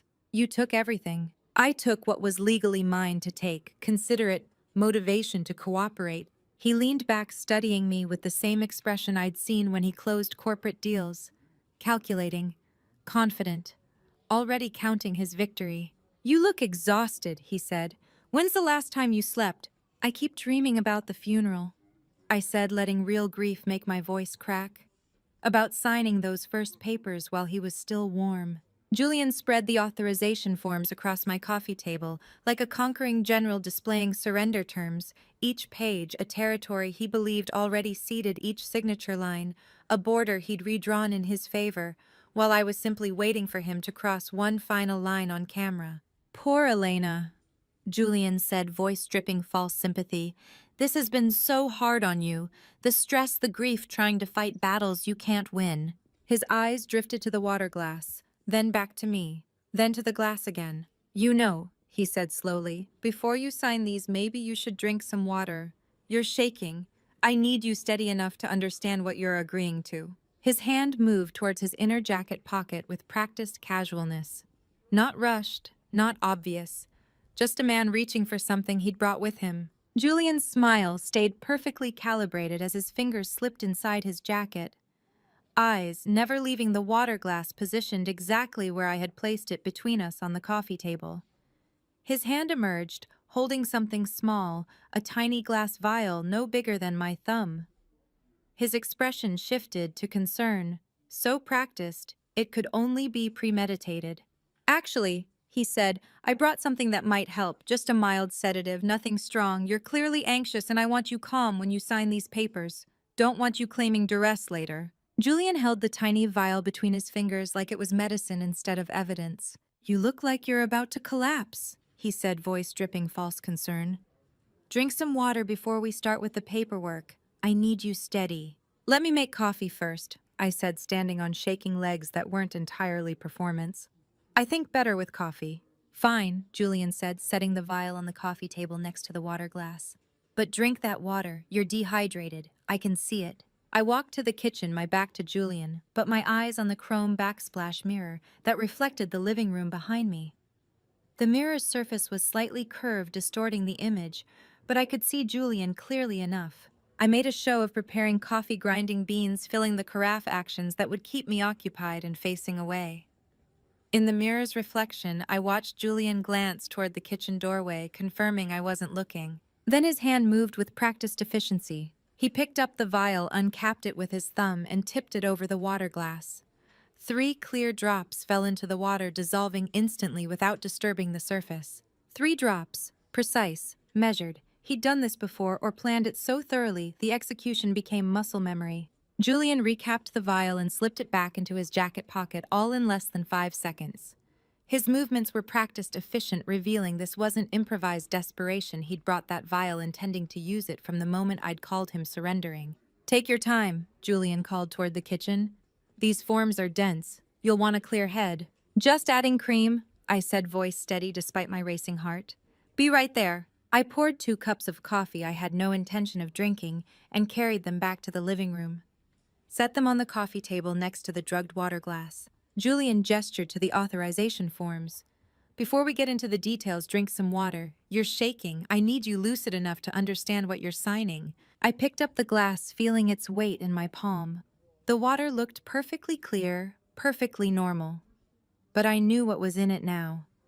3 drops of whatever sedative Julian had brought, probably the same compound he'd used on my father for 8 months. I lifted the glass toward the lamp on the side table, tilting it as if checking for dust or imperfections. The transformation was instant and absolute. Under the lamplight, the water turned brilliant fluorescent yellow, the color of a highlighter, of warning signs of chemical reactions that couldn't be hidden or denied.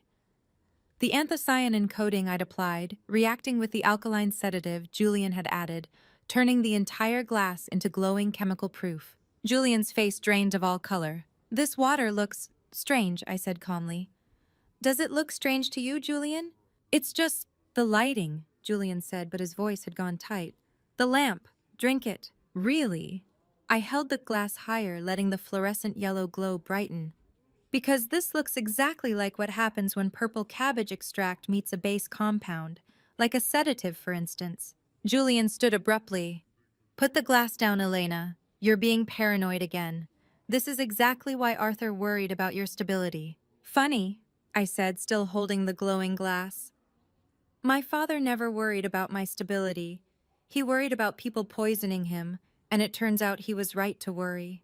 Julian's hand moved toward his jacket pocket, toward the vial, then stopped as he calculated whether reaching for it would make things worse.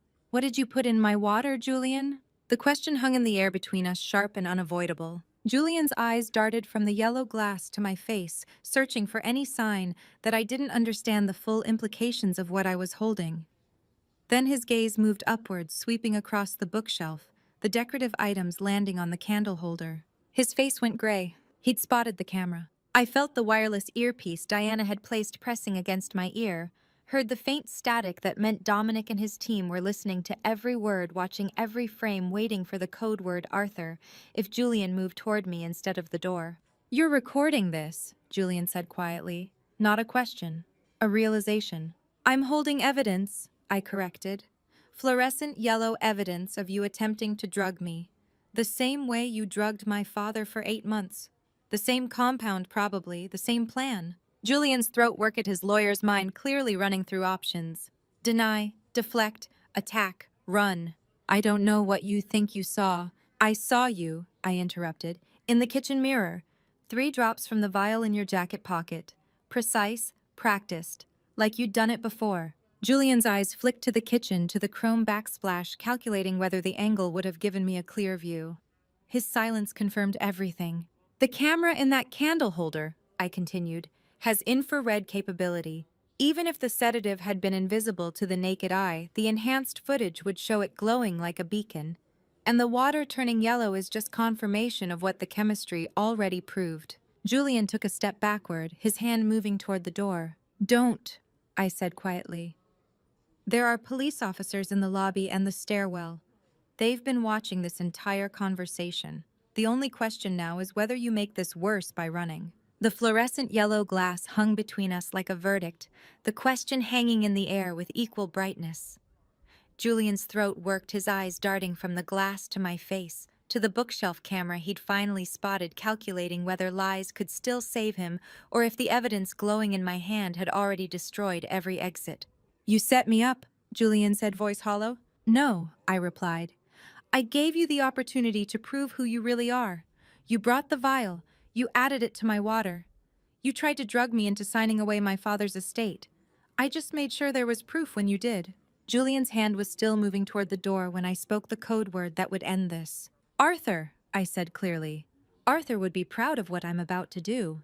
The code word hung in the air between us. I set the glowing yellow glass on the coffee table and reached for the bookshelf, my fingers closing around the small digital recorder Arthur had left me 3 months before he died. "What is that?" Julian asked, voice tight. "Evidence," I said, pressing play. Arthur's voice filled the apartment, clear and measured, despite being recorded months ago. "Julian, about these herbs you recommended for my sleep issues, did you research contraindications with my heart medication?" Silence on the recording. 1 second, 2 seconds, 3 seconds. Then Julian's voice, younger sounding, carefully controlled. "Dad, just drink it normally. The herbs are good for your heart." "Are they?" Arthur's voice carried the faint amusement he used when he'd already caught someone in a lie. "Because I've been feeling worse, not better, and the symptoms don't match what these herbs are supposed to do." "You're overthinking it. Elena measures them precisely. She's a laboratory technician, she knows what she's doing." "That's what worries me," Arthur said on the recording. "Elena would never give me something harmful, which means either she doesn't know what she's really giving me, or someone told her it was something other than what it actually is." Another pause on the recording. "Dad, you're being paranoid. The stress of running the company is affecting your judgment. Maybe you should consider stepping down, letting me take over operations." "That pause tells me everything I need to know," Arthur interrupted quietly. The recording ended with a soft click. Julian stood frozen in my living room, face drained of color. "That recording proves nothing. Silence isn't evidence. I was thinking, processing. You were calculating whether admitting you knew would be worse than the silence," I said. "Arthur knew it too. That's why he recorded every conversation with you for 3 months. He documented everything, Julian, every recommendation you made, every lie you told, every step of your plan." Arthur's voice on the recording sounded exactly as I remembered. Measured, intelligent, the faint amusement he carried even in confrontation, and hearing it now felt like he was in the room delivering the verdict. Julian thought he'd escaped. Julian's hand moved toward the door again. "Don't," I said, just as heavy footsteps pounded in the hallway outside. The apartment door burst open. Dominic Hampton entered, first weapon drawn, 3 uniformed officers behind him. "Julian Mercer, hands where I can see them. You're under arrest for attempted assault with a controlled substance." "This is insane," Julian said, backing against the wall. "She's delusional. I'm calling my lawyer." "You can call them from the station," Dominic said. One officer moved forward with handcuffs while another secured the apartment. Diana Thorne appeared in the doorway, tablet in hand, showing the camera feed. She pulled an evidence bag from her kit and carefully sealed the fluorescent yellow water glass. "Fluorescent marker confirms alkaline compound consistent with benzodiazepine sedatives," Diana said, labeling the bag. "Combined with video footage and audio confession, you're done." "Before I show you what was on that sealed list," Arthur left with police, "I need to ask comment. A, if you think more family members are involved, or B, if Julian acted with outsiders only, and add one reason why. Because what comes next changes everything." Please note the next part includes some fictionalized details added to deepen the emotional impact, though the core message is what matters. The handcuffs clicked shut around Julian's wrists with a sound of absolute finality. You have the right to remain silent, the officer began, but Julian was already talking over him. Elena, listen to me. We can work this out. I'll sign over the company. I'll give you everything. Just don't do this. I'm not doing anything, I said quietly. You did this. You brought the vial. You drugged the water. You tried to steal my father's company after murdering him for it. I just made sure there was proof. Dominic pulled a sealed envelope from his jacket, the one Arthur had left with him 2 months before his death. Your father gave me specific instructions, Dominic said, breaking the seal.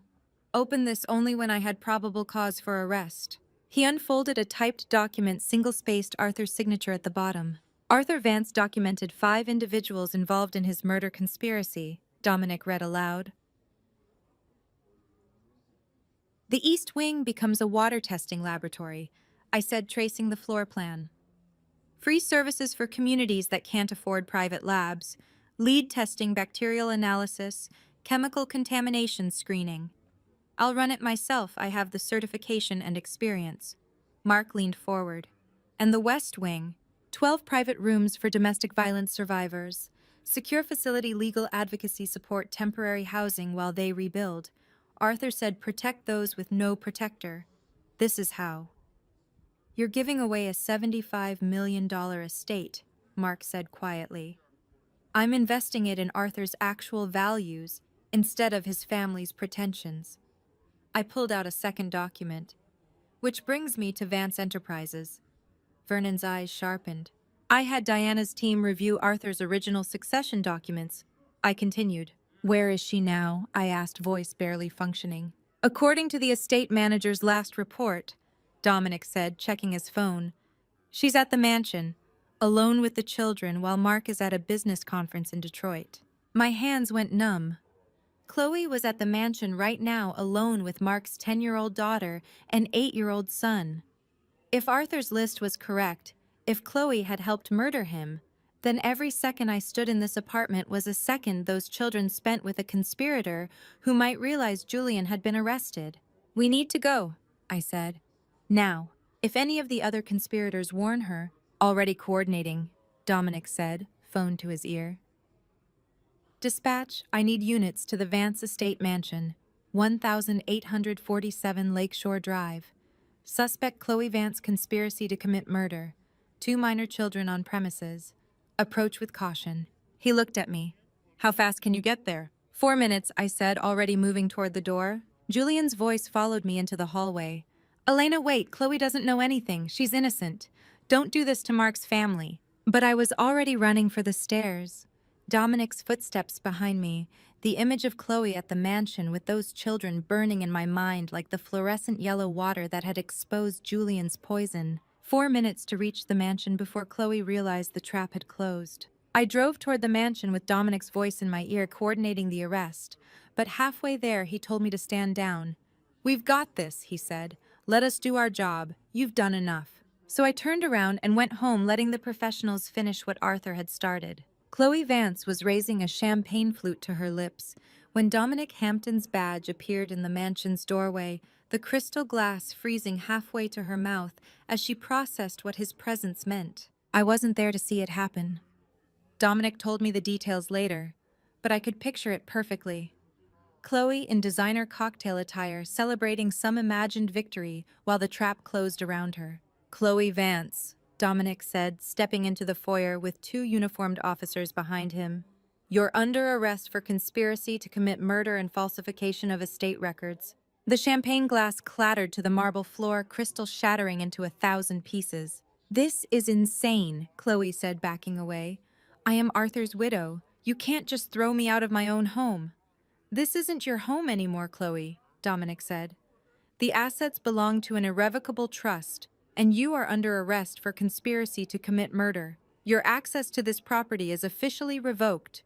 I don't know what you're talking about. Dominic pulled out Arthur's documentation. Arthur Vance documented you forging estate access logs to allow Julian Mercer unsupervised access to his private quarters 14 times between October and December. Each entry corresponds to dates Arthur reported feeling unusually fatigued. Chloe's face went white. I was helping family.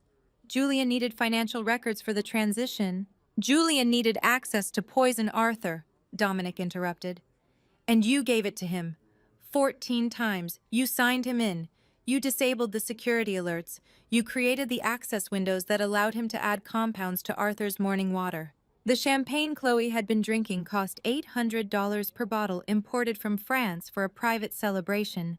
None of the arrested conspirators would attend luxury, purchased with blood money, that would now fund her public defender. My children, Chloe said as the handcuffs clicked shut. My children will be destroyed by this. The scandal alone. Should have considered that before helping murder their grandfather for inheritance money, Dominic said. He told me later that Chloe cried all the way to the station. Not for Arthur. Not for what she'd done. Just for herself and the lifestyle she was losing. The next morning, I woke to a text from Dominic. Victoria Sterling's disbarment hearing at 9 a.m., State Bar Association. You want to be there? I thought about it. Thought about watching Vernon's daughter face consequences for forging the will that was supposed to steal everything Arthur had built. But I'd spent 18 days planning revenge, and actually watching it delivered felt hollow. Arthur wasn't there to see justice done. Watching Victoria lose her license wouldn't bring him back. I texted back, no, let me know how it goes. So I stayed home and watched the news coverage instead. The State Bar Disciplinary Committee met in a hearing room that looked like a courtroom without the jury box. Victoria Sterling sat at the respondent's table in a gray suit, her hands folded in front of her like she was praying. Vernon Sterling sat in the gallery, not at the respondent's table with his daughter, in the public seating, alone. The committee chair read the charges. Ms. Sterling handwriting analysis confirms you forged Arthur Vance's signature on 3 estate modification documents dated January 7th, January 11th, and January 13th. How do you plead? I review the board's findings and ask for leniency, Victoria said, voice shaking. I was following client instructions from other family members. I was protecting the estate. By forging documents, the chair interrupted. I thought I was executing Arthur's wishes. Without his signature, without his knowledge, without proper legal authorization. Then Vernon was called to testify. Vernon walked to the witness stand with the same measured dignity he'd carried for 20 years as Arthur's attorney. He didn't look at Victoria. Mr. Sterling, the chair said, you trained your daughter in estate law, correct? I did. For how many years? 15. In your professional opinion, would she have known that forging testamentary documents constitutes criminal fraud? Vernon's jaw tightened. Yes. My daughter knew exactly what she was doing. I taught her estate law for 15 years. She didn't make mistakes, she made choices. Criminal choices. Dad, please, Victoria's voice broke. Vernon didn't even glance in her direction. I have no daughter who forges wills. The committee deliberated for 11 minutes. Victoria Sterling, the chair said when they returned, your license to practice law in Illinois is hereby permanently revoked effective immediately. You are barred from legal practice in any capacity. This committee also recommends criminal prosecution for forgery and fraud. Vernon stood and walked out of the hearing room without looking back. On the news footage, I watched Victoria's face crumble. Her father had just disowned her in front of the state bar, testifying against her to save himself. Because that's what Vernon did. He saved himself. Dominic called that evening. Final count, he said. 5 arrests. Julian Mercer. Warren Mercer, Chloe Vance, Victoria Sterling. Plus 1 confession from the medical examiner's assistant who falsified Arthur's autopsy report. 5, I repeated. But Arthur's list had 6 names. Silence on the other end. 1 second, 2 seconds, 3 seconds. Vernon Sterling, Dominic finally said. We're still building that case. The way he said it, careful, measured, like he was choosing words a lawyer had approved, made my stomach drop. He made a deal, I said, didn't he? Dominic's pause confirmed it. Vernon agreed to testify against the others in exchange for immunity. The DA felt his testimony was more valuable than prosecuting him directly. So he walks free. For now, I hung up and sat in my apartment as January darkness settled over Chicago. 5 people arrested. 4 confessions. Vernon Sterling, the man who'd orchestrated legal cover for the entire conspiracy, walking free because he'd traded his daughter and his co-conspirators for immunity. But then I remembered something Arthur had said on one of his recordings. I've planned for every contingency. Vernon thought he'd won by making a deal. He thought testifying against the others would save him. But Arthur had spent 6 months building redundant systems. If Vernon made a deal, Arthur would have planned for that too. Vernon's immunity deal didn't surprise me, but I knew Arthur well enough to know he'd planned for exactly this outcome. The brass key felt heavier than it should in my palm as I walked through First National Bank's marble lobby toward the vault where Vernon Sterling waited with the expression of a man attending his own execution. He stood when he saw me, hands clasped in front of him like he was already in court. "Elena," he said, "Arthur's instructions said I should be present for this. Professional courtesy." "You're here," I said, "because Arthur wanted you to watch everything you conspired for go to the person you tried to destroy." Vernon's jaw tightened, but he said nothing. The bank manager led us into the vault room, a small windowless space lined with steel deposit boxes. Box 1847 sat at eye level waiting.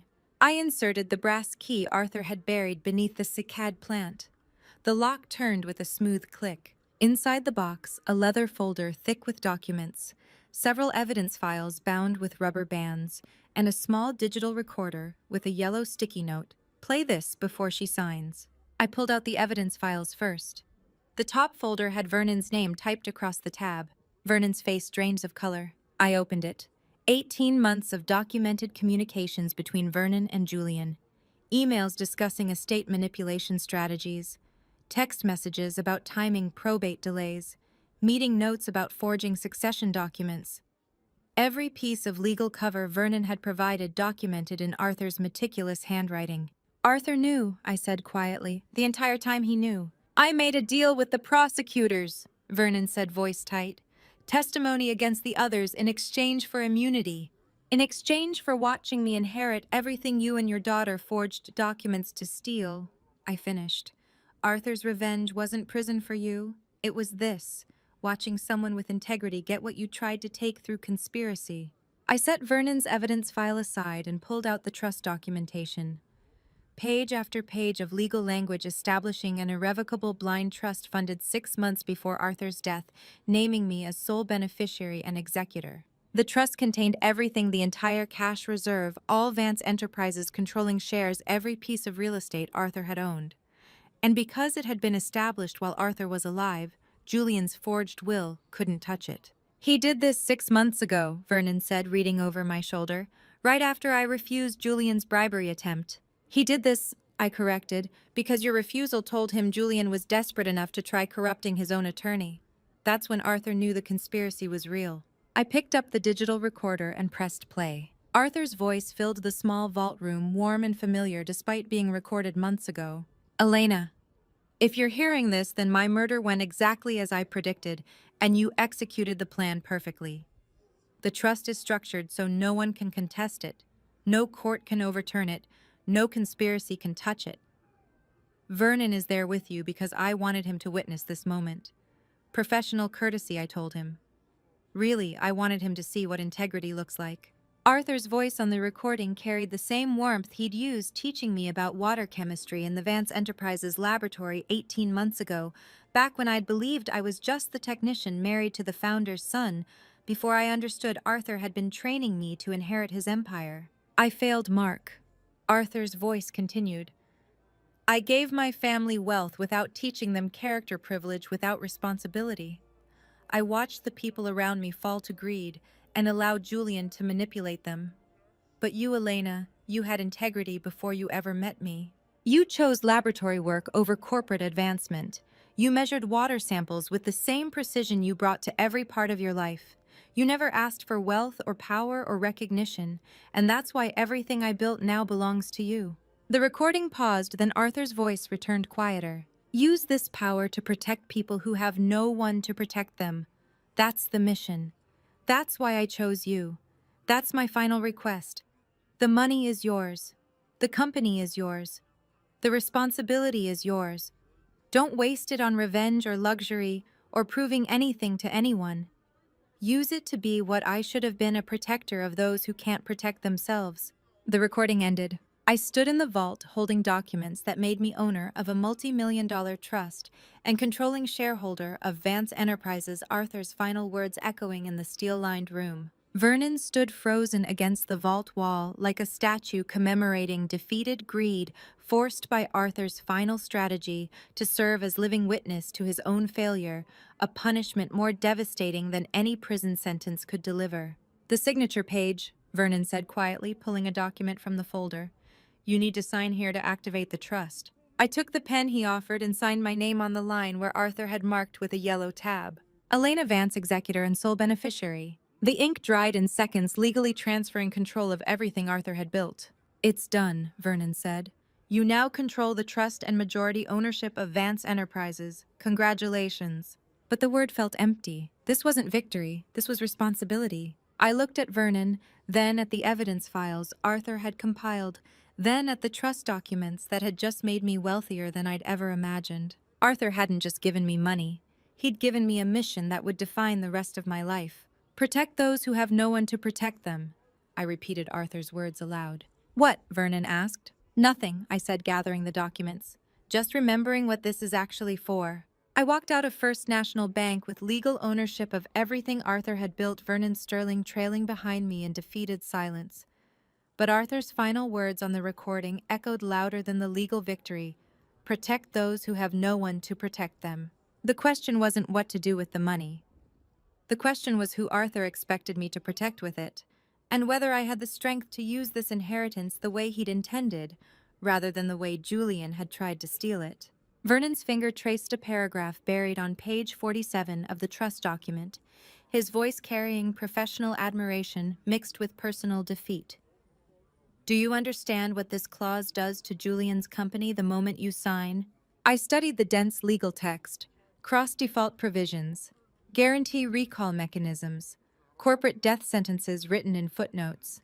"Arthur embedded this 5 years ago," Vernon continued, turning to an exhibit tab. "Every loan Julian took from Vance Enterprises after your marriage contains identical language. Section 12C. If guarantor, that's Arthur, transfers collateral assets to a third-party lender, may demand immediate repayment of all outstanding obligations." The implications crystallized. Julian borrowed against Arthur's guarantee. $23 million across 4 shell companies. Vernon's expression held grudging respect for a dead man's chess game. "The collateral was Arthur's personal stock portfolio, which you now own. The moment you signed that trust transfer, every loan became instantly due." Julian had built his corporate empire on borrowed money, using his father-in-law's wealth as foundation. Arthur had let him, had encouraged it probably, then built a demolition switch into the structure itself. "He can't pay," I said, "not without liquidating everything. And the cross-default clauses cascade. One loan default triggers acceleration on all the others. His venture capital fund, his real estate holdings, even the consulting firm. Arthur didn't just plan your husband's arrest. He planned his financial execution." The scope of it staggered me. Arthur had constructed parallel justice systems, criminal prosecution through Victoria's evidence, financial destruction through corporate architecture. If the legal system failed, the market wouldn't. "How long does Julian have?" Vernon checked his phone. "The automated notice went out 90 seconds after you signed. His bank received formal demand at 9:47 a.m. He showed me the timestamp. By now, his accounts are frozen. His creditors are circling. By Monday, he'll be insolvent." I thought of Julian in holding, still believing his lawyers would engineer his release, still confident his money would insulate him from consequences. He didn't know yet that the money was already gone. My phone buzzed. Victoria. "Turn on Channel 7, she said without preamble. Vernon found the remote. The bank's conference room screen flickered to life mid-broadcast. Breaking news from Bellevue Heights, where Warren Mercer, father of detained suspect Julian Mercer, was taken into custody approximately 20 minutes ago. However, sources confirm this was a federal asset seizure. State marshals were executing a warrant for emergency fraudulent conveyance. The footage showed Warren on his front lawn as federal officers cordoned off the property, stripping him of every asset he tried to hide. "Arthur found the fraudulent transfer," Vernon said quietly. Warren helped Julian hide assets 2 years ago, moved $6 million through shell companies to avoid potential litigation. Arthur documented everything, then sold the debt to a predatory recovery firm for pennies on the dollar. The cruelty of it struck me. Warren wouldn't face criminal charges. He'd face something worse: civil judgment, asset seizure, bankruptcy proceedings that would strip him methodically rather than mercifully. The recovery firm has a 93% success rate, Vernon added. They'll take his house, his retirement accounts, his car, everything. On screen, Warren was being loaded into an unmarked vehicle while reporters shouted questions. He looked smaller than I remembered from the funeral, diminished. How many systems had Arthur manipulated?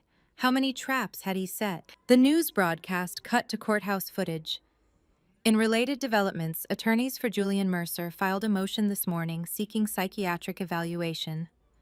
The motion claims their client was not mentally competent at the time of the alleged crimes, citing a pattern of erratic behavior and potential cognitive impairment.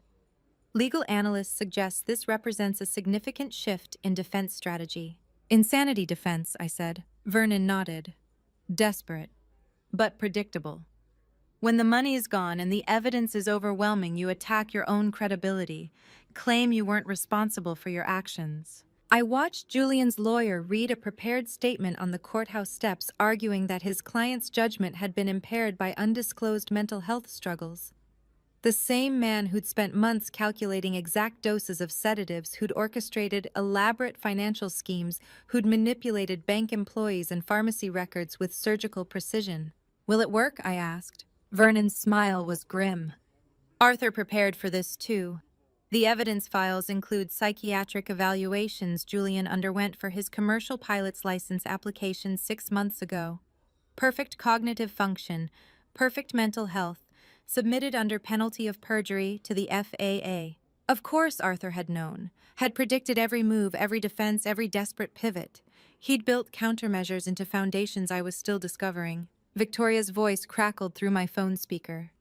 Elena, there's something else. The prosecutor just called. They found additional evidence in Julian's office, safe correspondence between him and Vernon about the poison itself. Chemical suppliers, dosage calculations, timing strategies. Vernon's looking at conspiracy charges. I glanced at Vernon. He'd gone pale, but his posture remained composed, professional. A man who'd already accepted his fate. How long have you known, I asked him, that Arthur had the Vernon documents since the funeral? Victoria showed me excerpts. His voice stayed level. I'm cooperating because prison with dignity beats prison with additional obstruction charges, and because your father-in-law earned my cooperation. He gathered the trust documents, returning them to their folder with meticulous care. The syndicate is collapsing, Vernon said. Julian's bankrupt. Warren's being destroyed by creditors. Chloe's eviction hearing is Monday morning. She'll lose the house. Victoria and I are negotiating plea agreements. Arthur's plan is executing perfectly. He paused at the conference room door. But there's one element I can't find in his files. One move he left unscripted. Vernon's eyes met mine with sharp curiosity. What are you going to do with the company itself? The criminal conspiracy is solved. The financial revenge is complete. But you now control Vance Enterprises' 4,000 employees, 17 subsidiaries, a 70-year legacy. That decision is yours alone. The question hung in the air as Vernon left. Through the window, I could see the Vance Enterprises tower dominating the skyline, Arthur's name in steel letters across the top. Arthur had orchestrated everything else, but this final move, this choice about legacy and power and purpose, he'd left to me. I had one move left that Arthur hadn't scripted for me, and everyone was waiting to see what the woman with integrity would do with a weapon designed for revenge. The decision about Vance Enterprises could wait. The decision about Chloe Vance couldn't. The process server found Chloe in the mansion's sunroom at 9 a.m. on January 20th, still wearing silk pajamas that cost more than the server's monthly rent, her face transforming as she read the 30-day eviction notice. I wasn't there. I watched from my apartment via text updates from Patricia Hollis, the estate manager who'd worked for Arthur 12 years and had no loyalty to his murderers. Patricia's message. Process server delivered eviction notice. Mrs. Vance is threatening legal action. Should I engage? I typed, she has no leverage. Proceed as planned.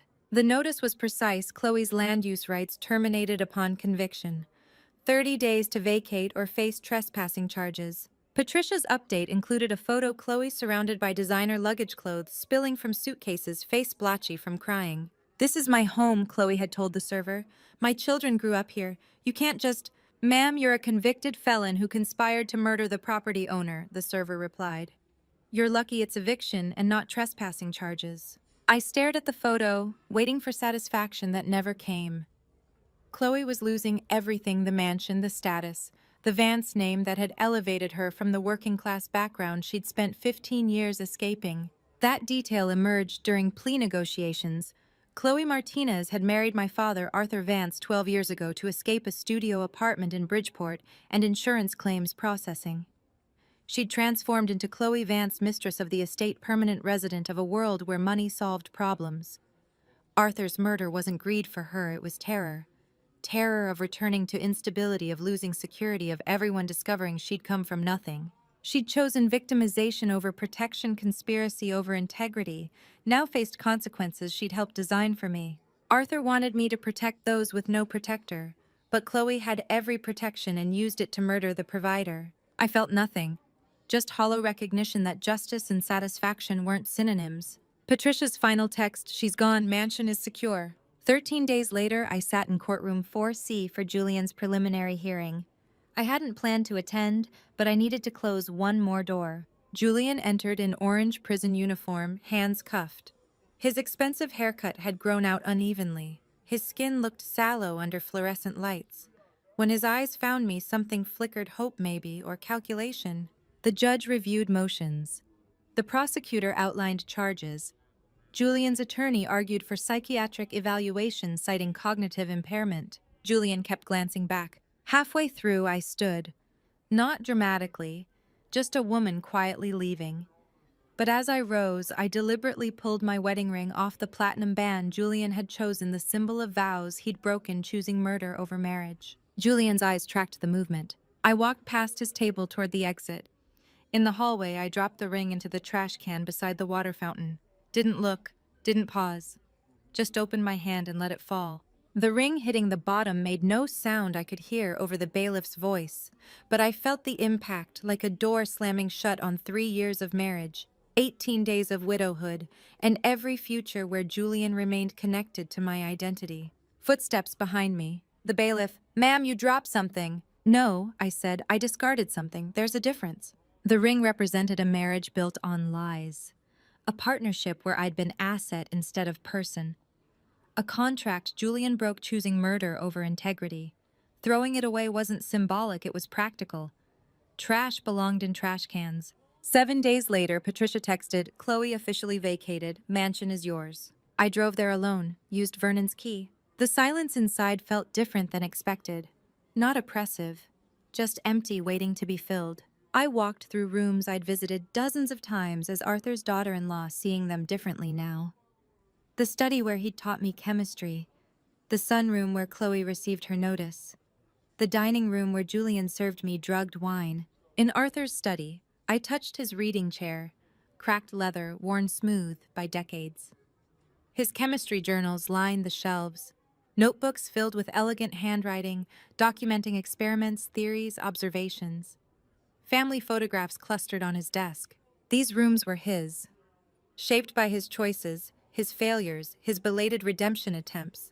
I could preserve them as shrine or transform them into something new. How do you transform a house built by a man who failed his children into a home that protects people who have no protector when you're still learning what protection means beyond revenge? I stood in the doorway, understanding crystallizing. Arthur had left me the house, the money, the company, the mission, but he couldn't leave me the blueprint for making them mine instead of his. Owning the mansion didn't mean understanding what to do with it. He'd left inheritance without transformation instructions, making this the final test whether I could build meaning independently of his plans. "You gave me the tools," I said to the empty room. "Now I have to build something worthy of them." I walked to the ballroom. Sunlight streamed through windows that had witnessed 3 generations of Vance family failures and betrayals.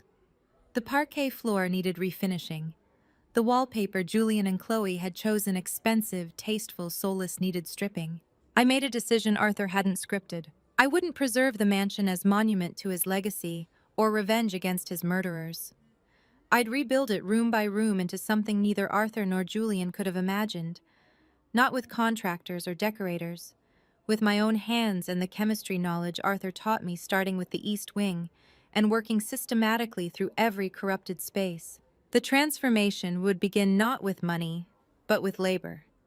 With me physically dismantling what they'd built and creating something new from the ruins. The blueprints took 4 weeks to draft.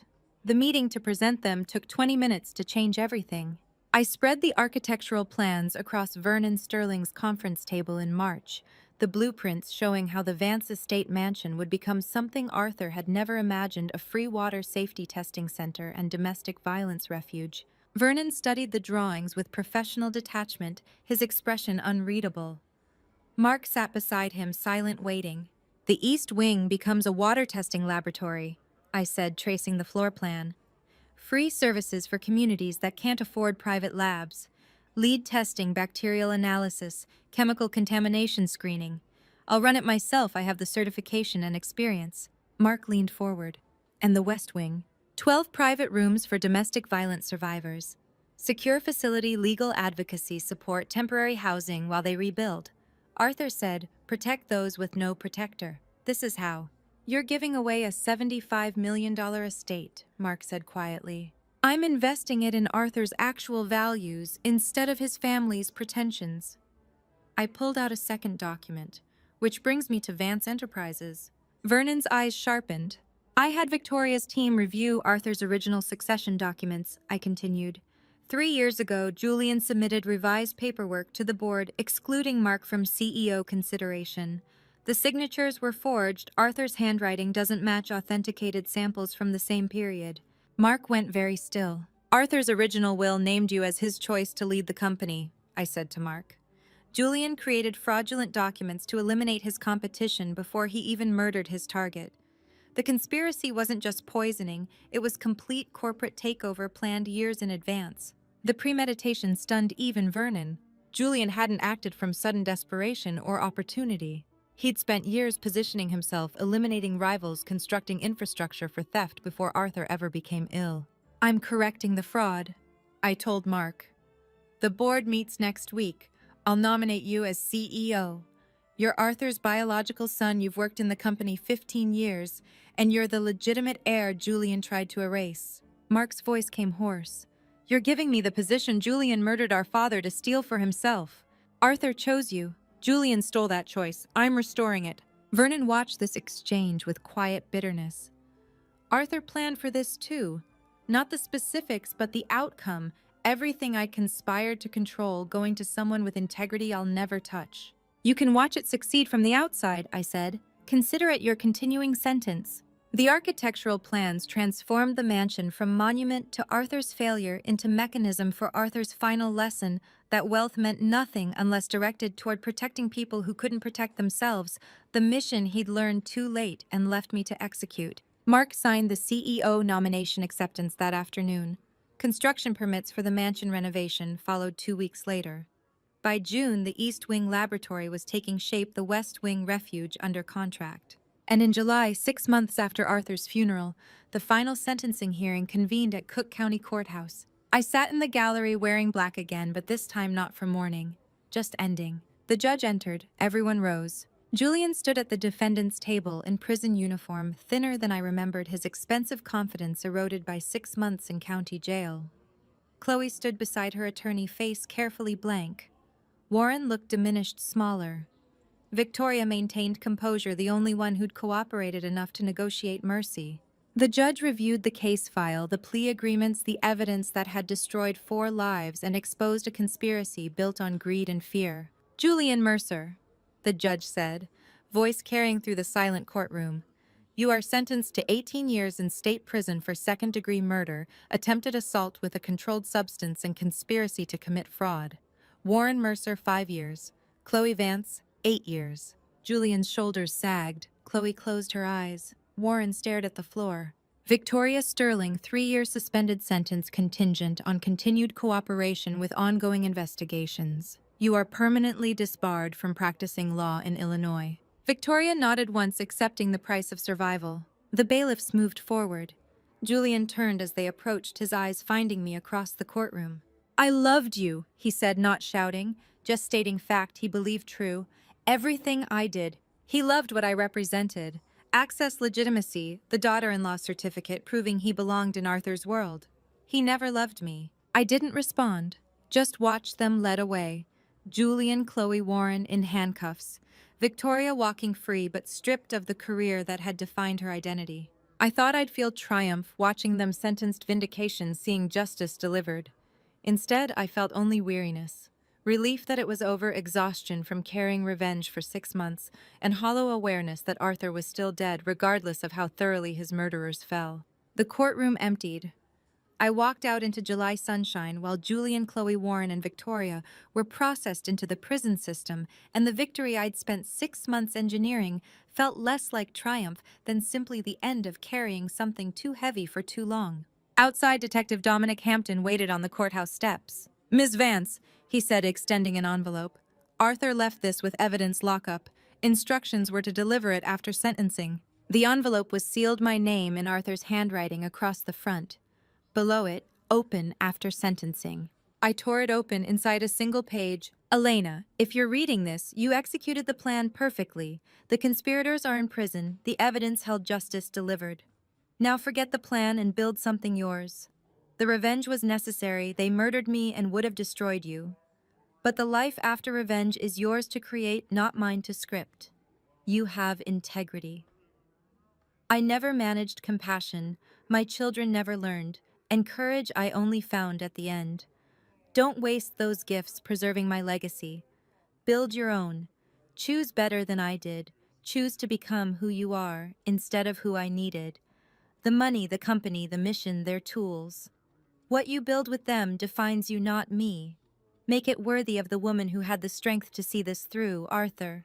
I stood on the courthouse steps holding Arthur's final message, understanding, crystallizing. His final gift wasn't the money or the mission or the elaborate revenge that had just concluded. It was permission. Permission to stop being his instrument and become myself. Permission to transform inheritance into identity. Permission to choose what came next without his ghost directing every move. The revenge was over. The conspirators sentenced. The plan executed perfectly. Now the question was who I would become when revenge no longer defined my purpose. The answer arrived 6 months later in the form of a woman carrying one suitcase and nowhere else to go. The woman standing at the Vance Community Center's entrance in May 2026 carried one small suitcase and the same expression I'd worn 13 months earlier. The hollow-eyed exhaustion of someone who'd escaped something worse than homelessness. I opened the door myself. The center had been operational for 3 weeks, water testing lab in the East Wing, processing samples from 6 municipalities, 12 refugee rooms in the West Wing, waiting for exactly this moment. Can I help you? I asked. Her voice shook. The shelter downtown said you take women whose husbands control their finances. Mine froze my account yesterday. I have $43 and nowhere. You have somewhere now, I said. Come inside. She followed me through the entrance hall, the same foyer where Chloe had received her eviction notice, where Julian had served me wine laced with sedatives transformed now into intake center with comfortable chairs and privacy screens. Her name was Sarah Mitchell. She became the Vance Community Center's first domestic violence refugee, a 34-year-old accountant whose husband had frozen her bank accounts the day she'd filed divorce papers. The same thing Julian had done to me. Sarah sat across from me in the intake office, hands clasped tight in her lap. He canceled all the credit cards this morning, withdrew everything from our joint account, called my boss claiming I'd had a breakdown and shouldn't be trusted with client finances. I went to the bank and they said, without a court order, there's nothing. There's something, I interrupted gently. We have financial advocates who file emergency court orders, usually approved within 48 hours. In the meantime, you stay here. How much does it cost? Nothing. The center is fully funded. Sarah's eyes filled. I don't understand. Why would... Because someone did the same thing to me, I said simply. Froze my accounts, made me financially helpless, tried to make me dependent. I had resources to fight back. You will too now. I led her upstairs to room 3 West Wing. Clean bed, private bathroom, window overlooking the garden Arthur had planted 30 years ago. The room Julian and I had once used as guest quarters stripped of expensive wallpaper and repainted in soft gray. I placed the key in Sarah's hand. Physical object, solid weight, proof of safety. "You're safe here," I told her. "He can't find you. We're unlisted, encrypted, legally protected. He can't touch your money anymore. We have advocates who file emergency court orders. You have time to rebuild." Sarah started crying. "How long can I stay?" "As long as you need." She closed her fingers around the key like someone gripping a lifeline. This is what Arthur meant.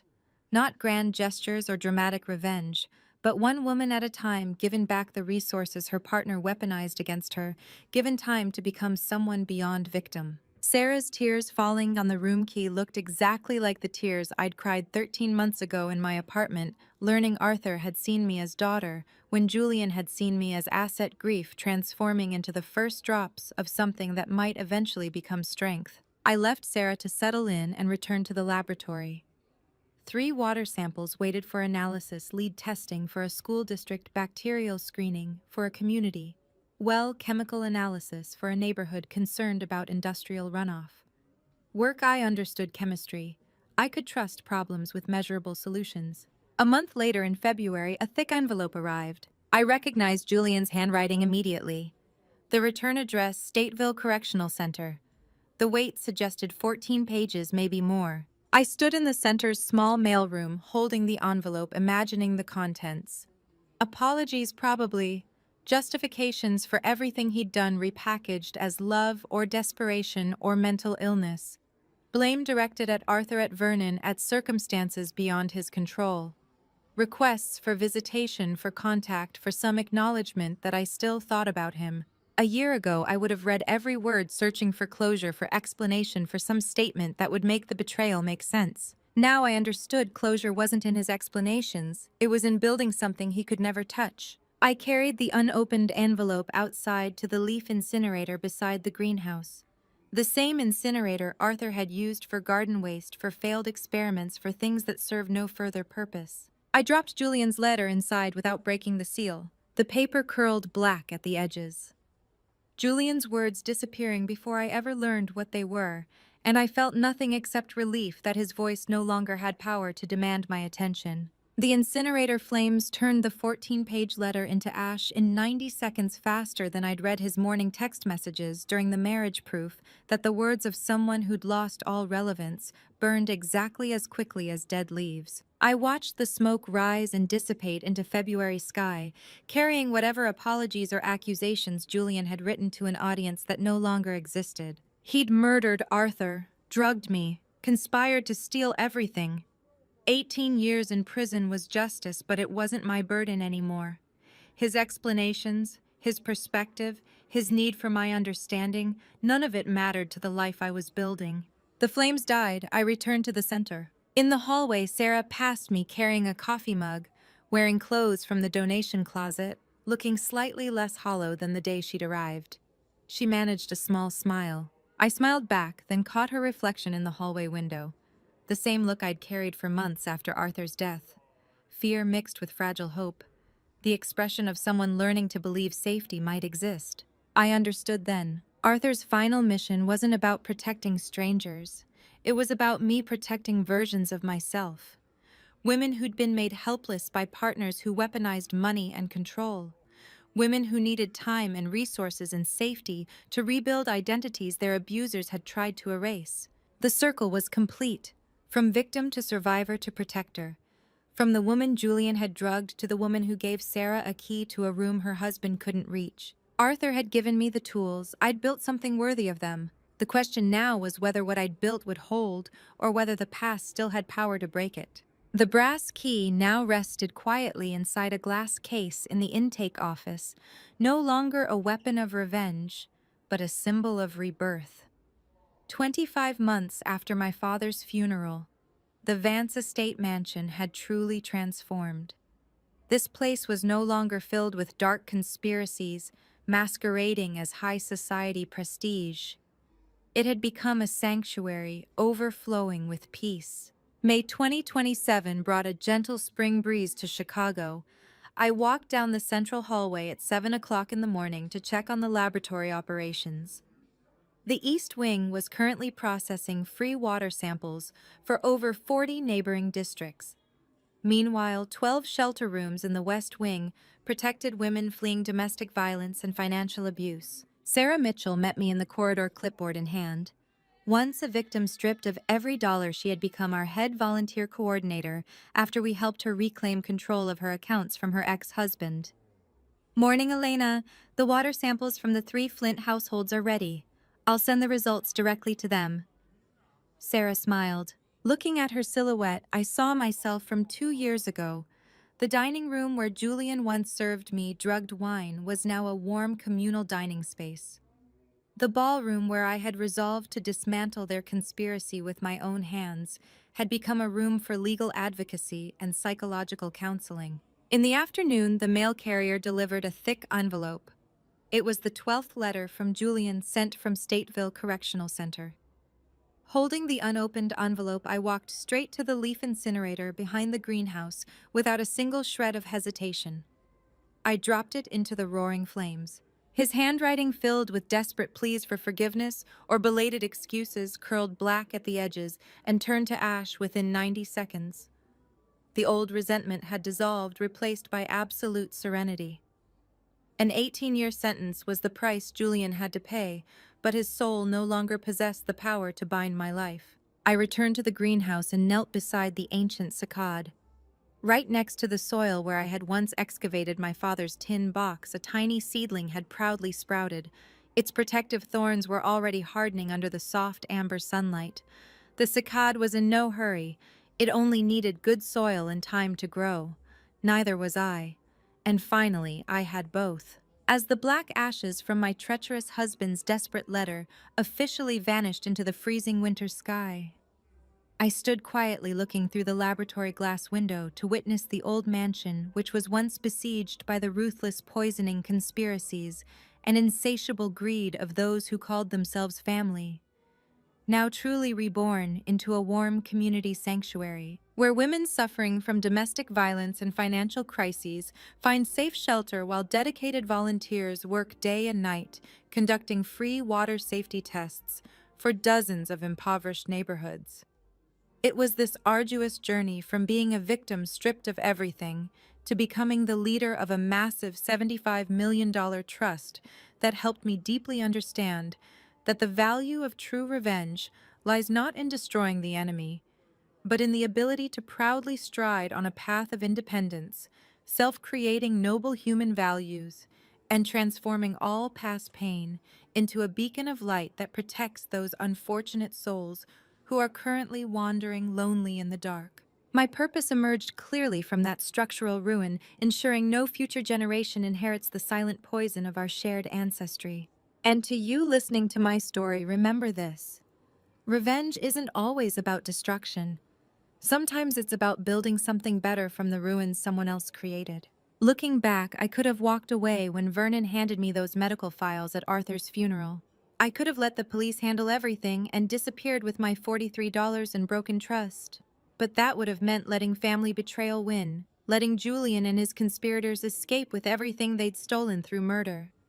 Don't make my mistake of staying silent when you first see the warning signs. The lesson Arthur taught me wasn't about family revenge in the traditional sense. It was about transforming family betrayal into protection for others. When family becomes your greatest danger, you choose become bitter or become better. I chose to build a refuge for women facing the same betrayal I survived. The cycad seedling in Arthur's greenhouse taught me patience, slow growth, protective thorns, good soil time. I believe God put me through this darkness so I could become light for others who can't see their way out yet. Now I want to hear from you. Have you ever faced family betrayal that changed everything? What would you have done in my position, pursued family revenge, or walked away? Drop a comment with your thoughts. If this story resonated, share it with someone who needs to hear it. Subscribe to Revenge Dad for more stories of transformation and resilience. Thank you for staying until the very end. Your presence here matters more than you know. Final note. While this story contains fictionalized elements for storytelling and privacy, the lessons about healing, transformation, and protecting those with no protector are absolutely real.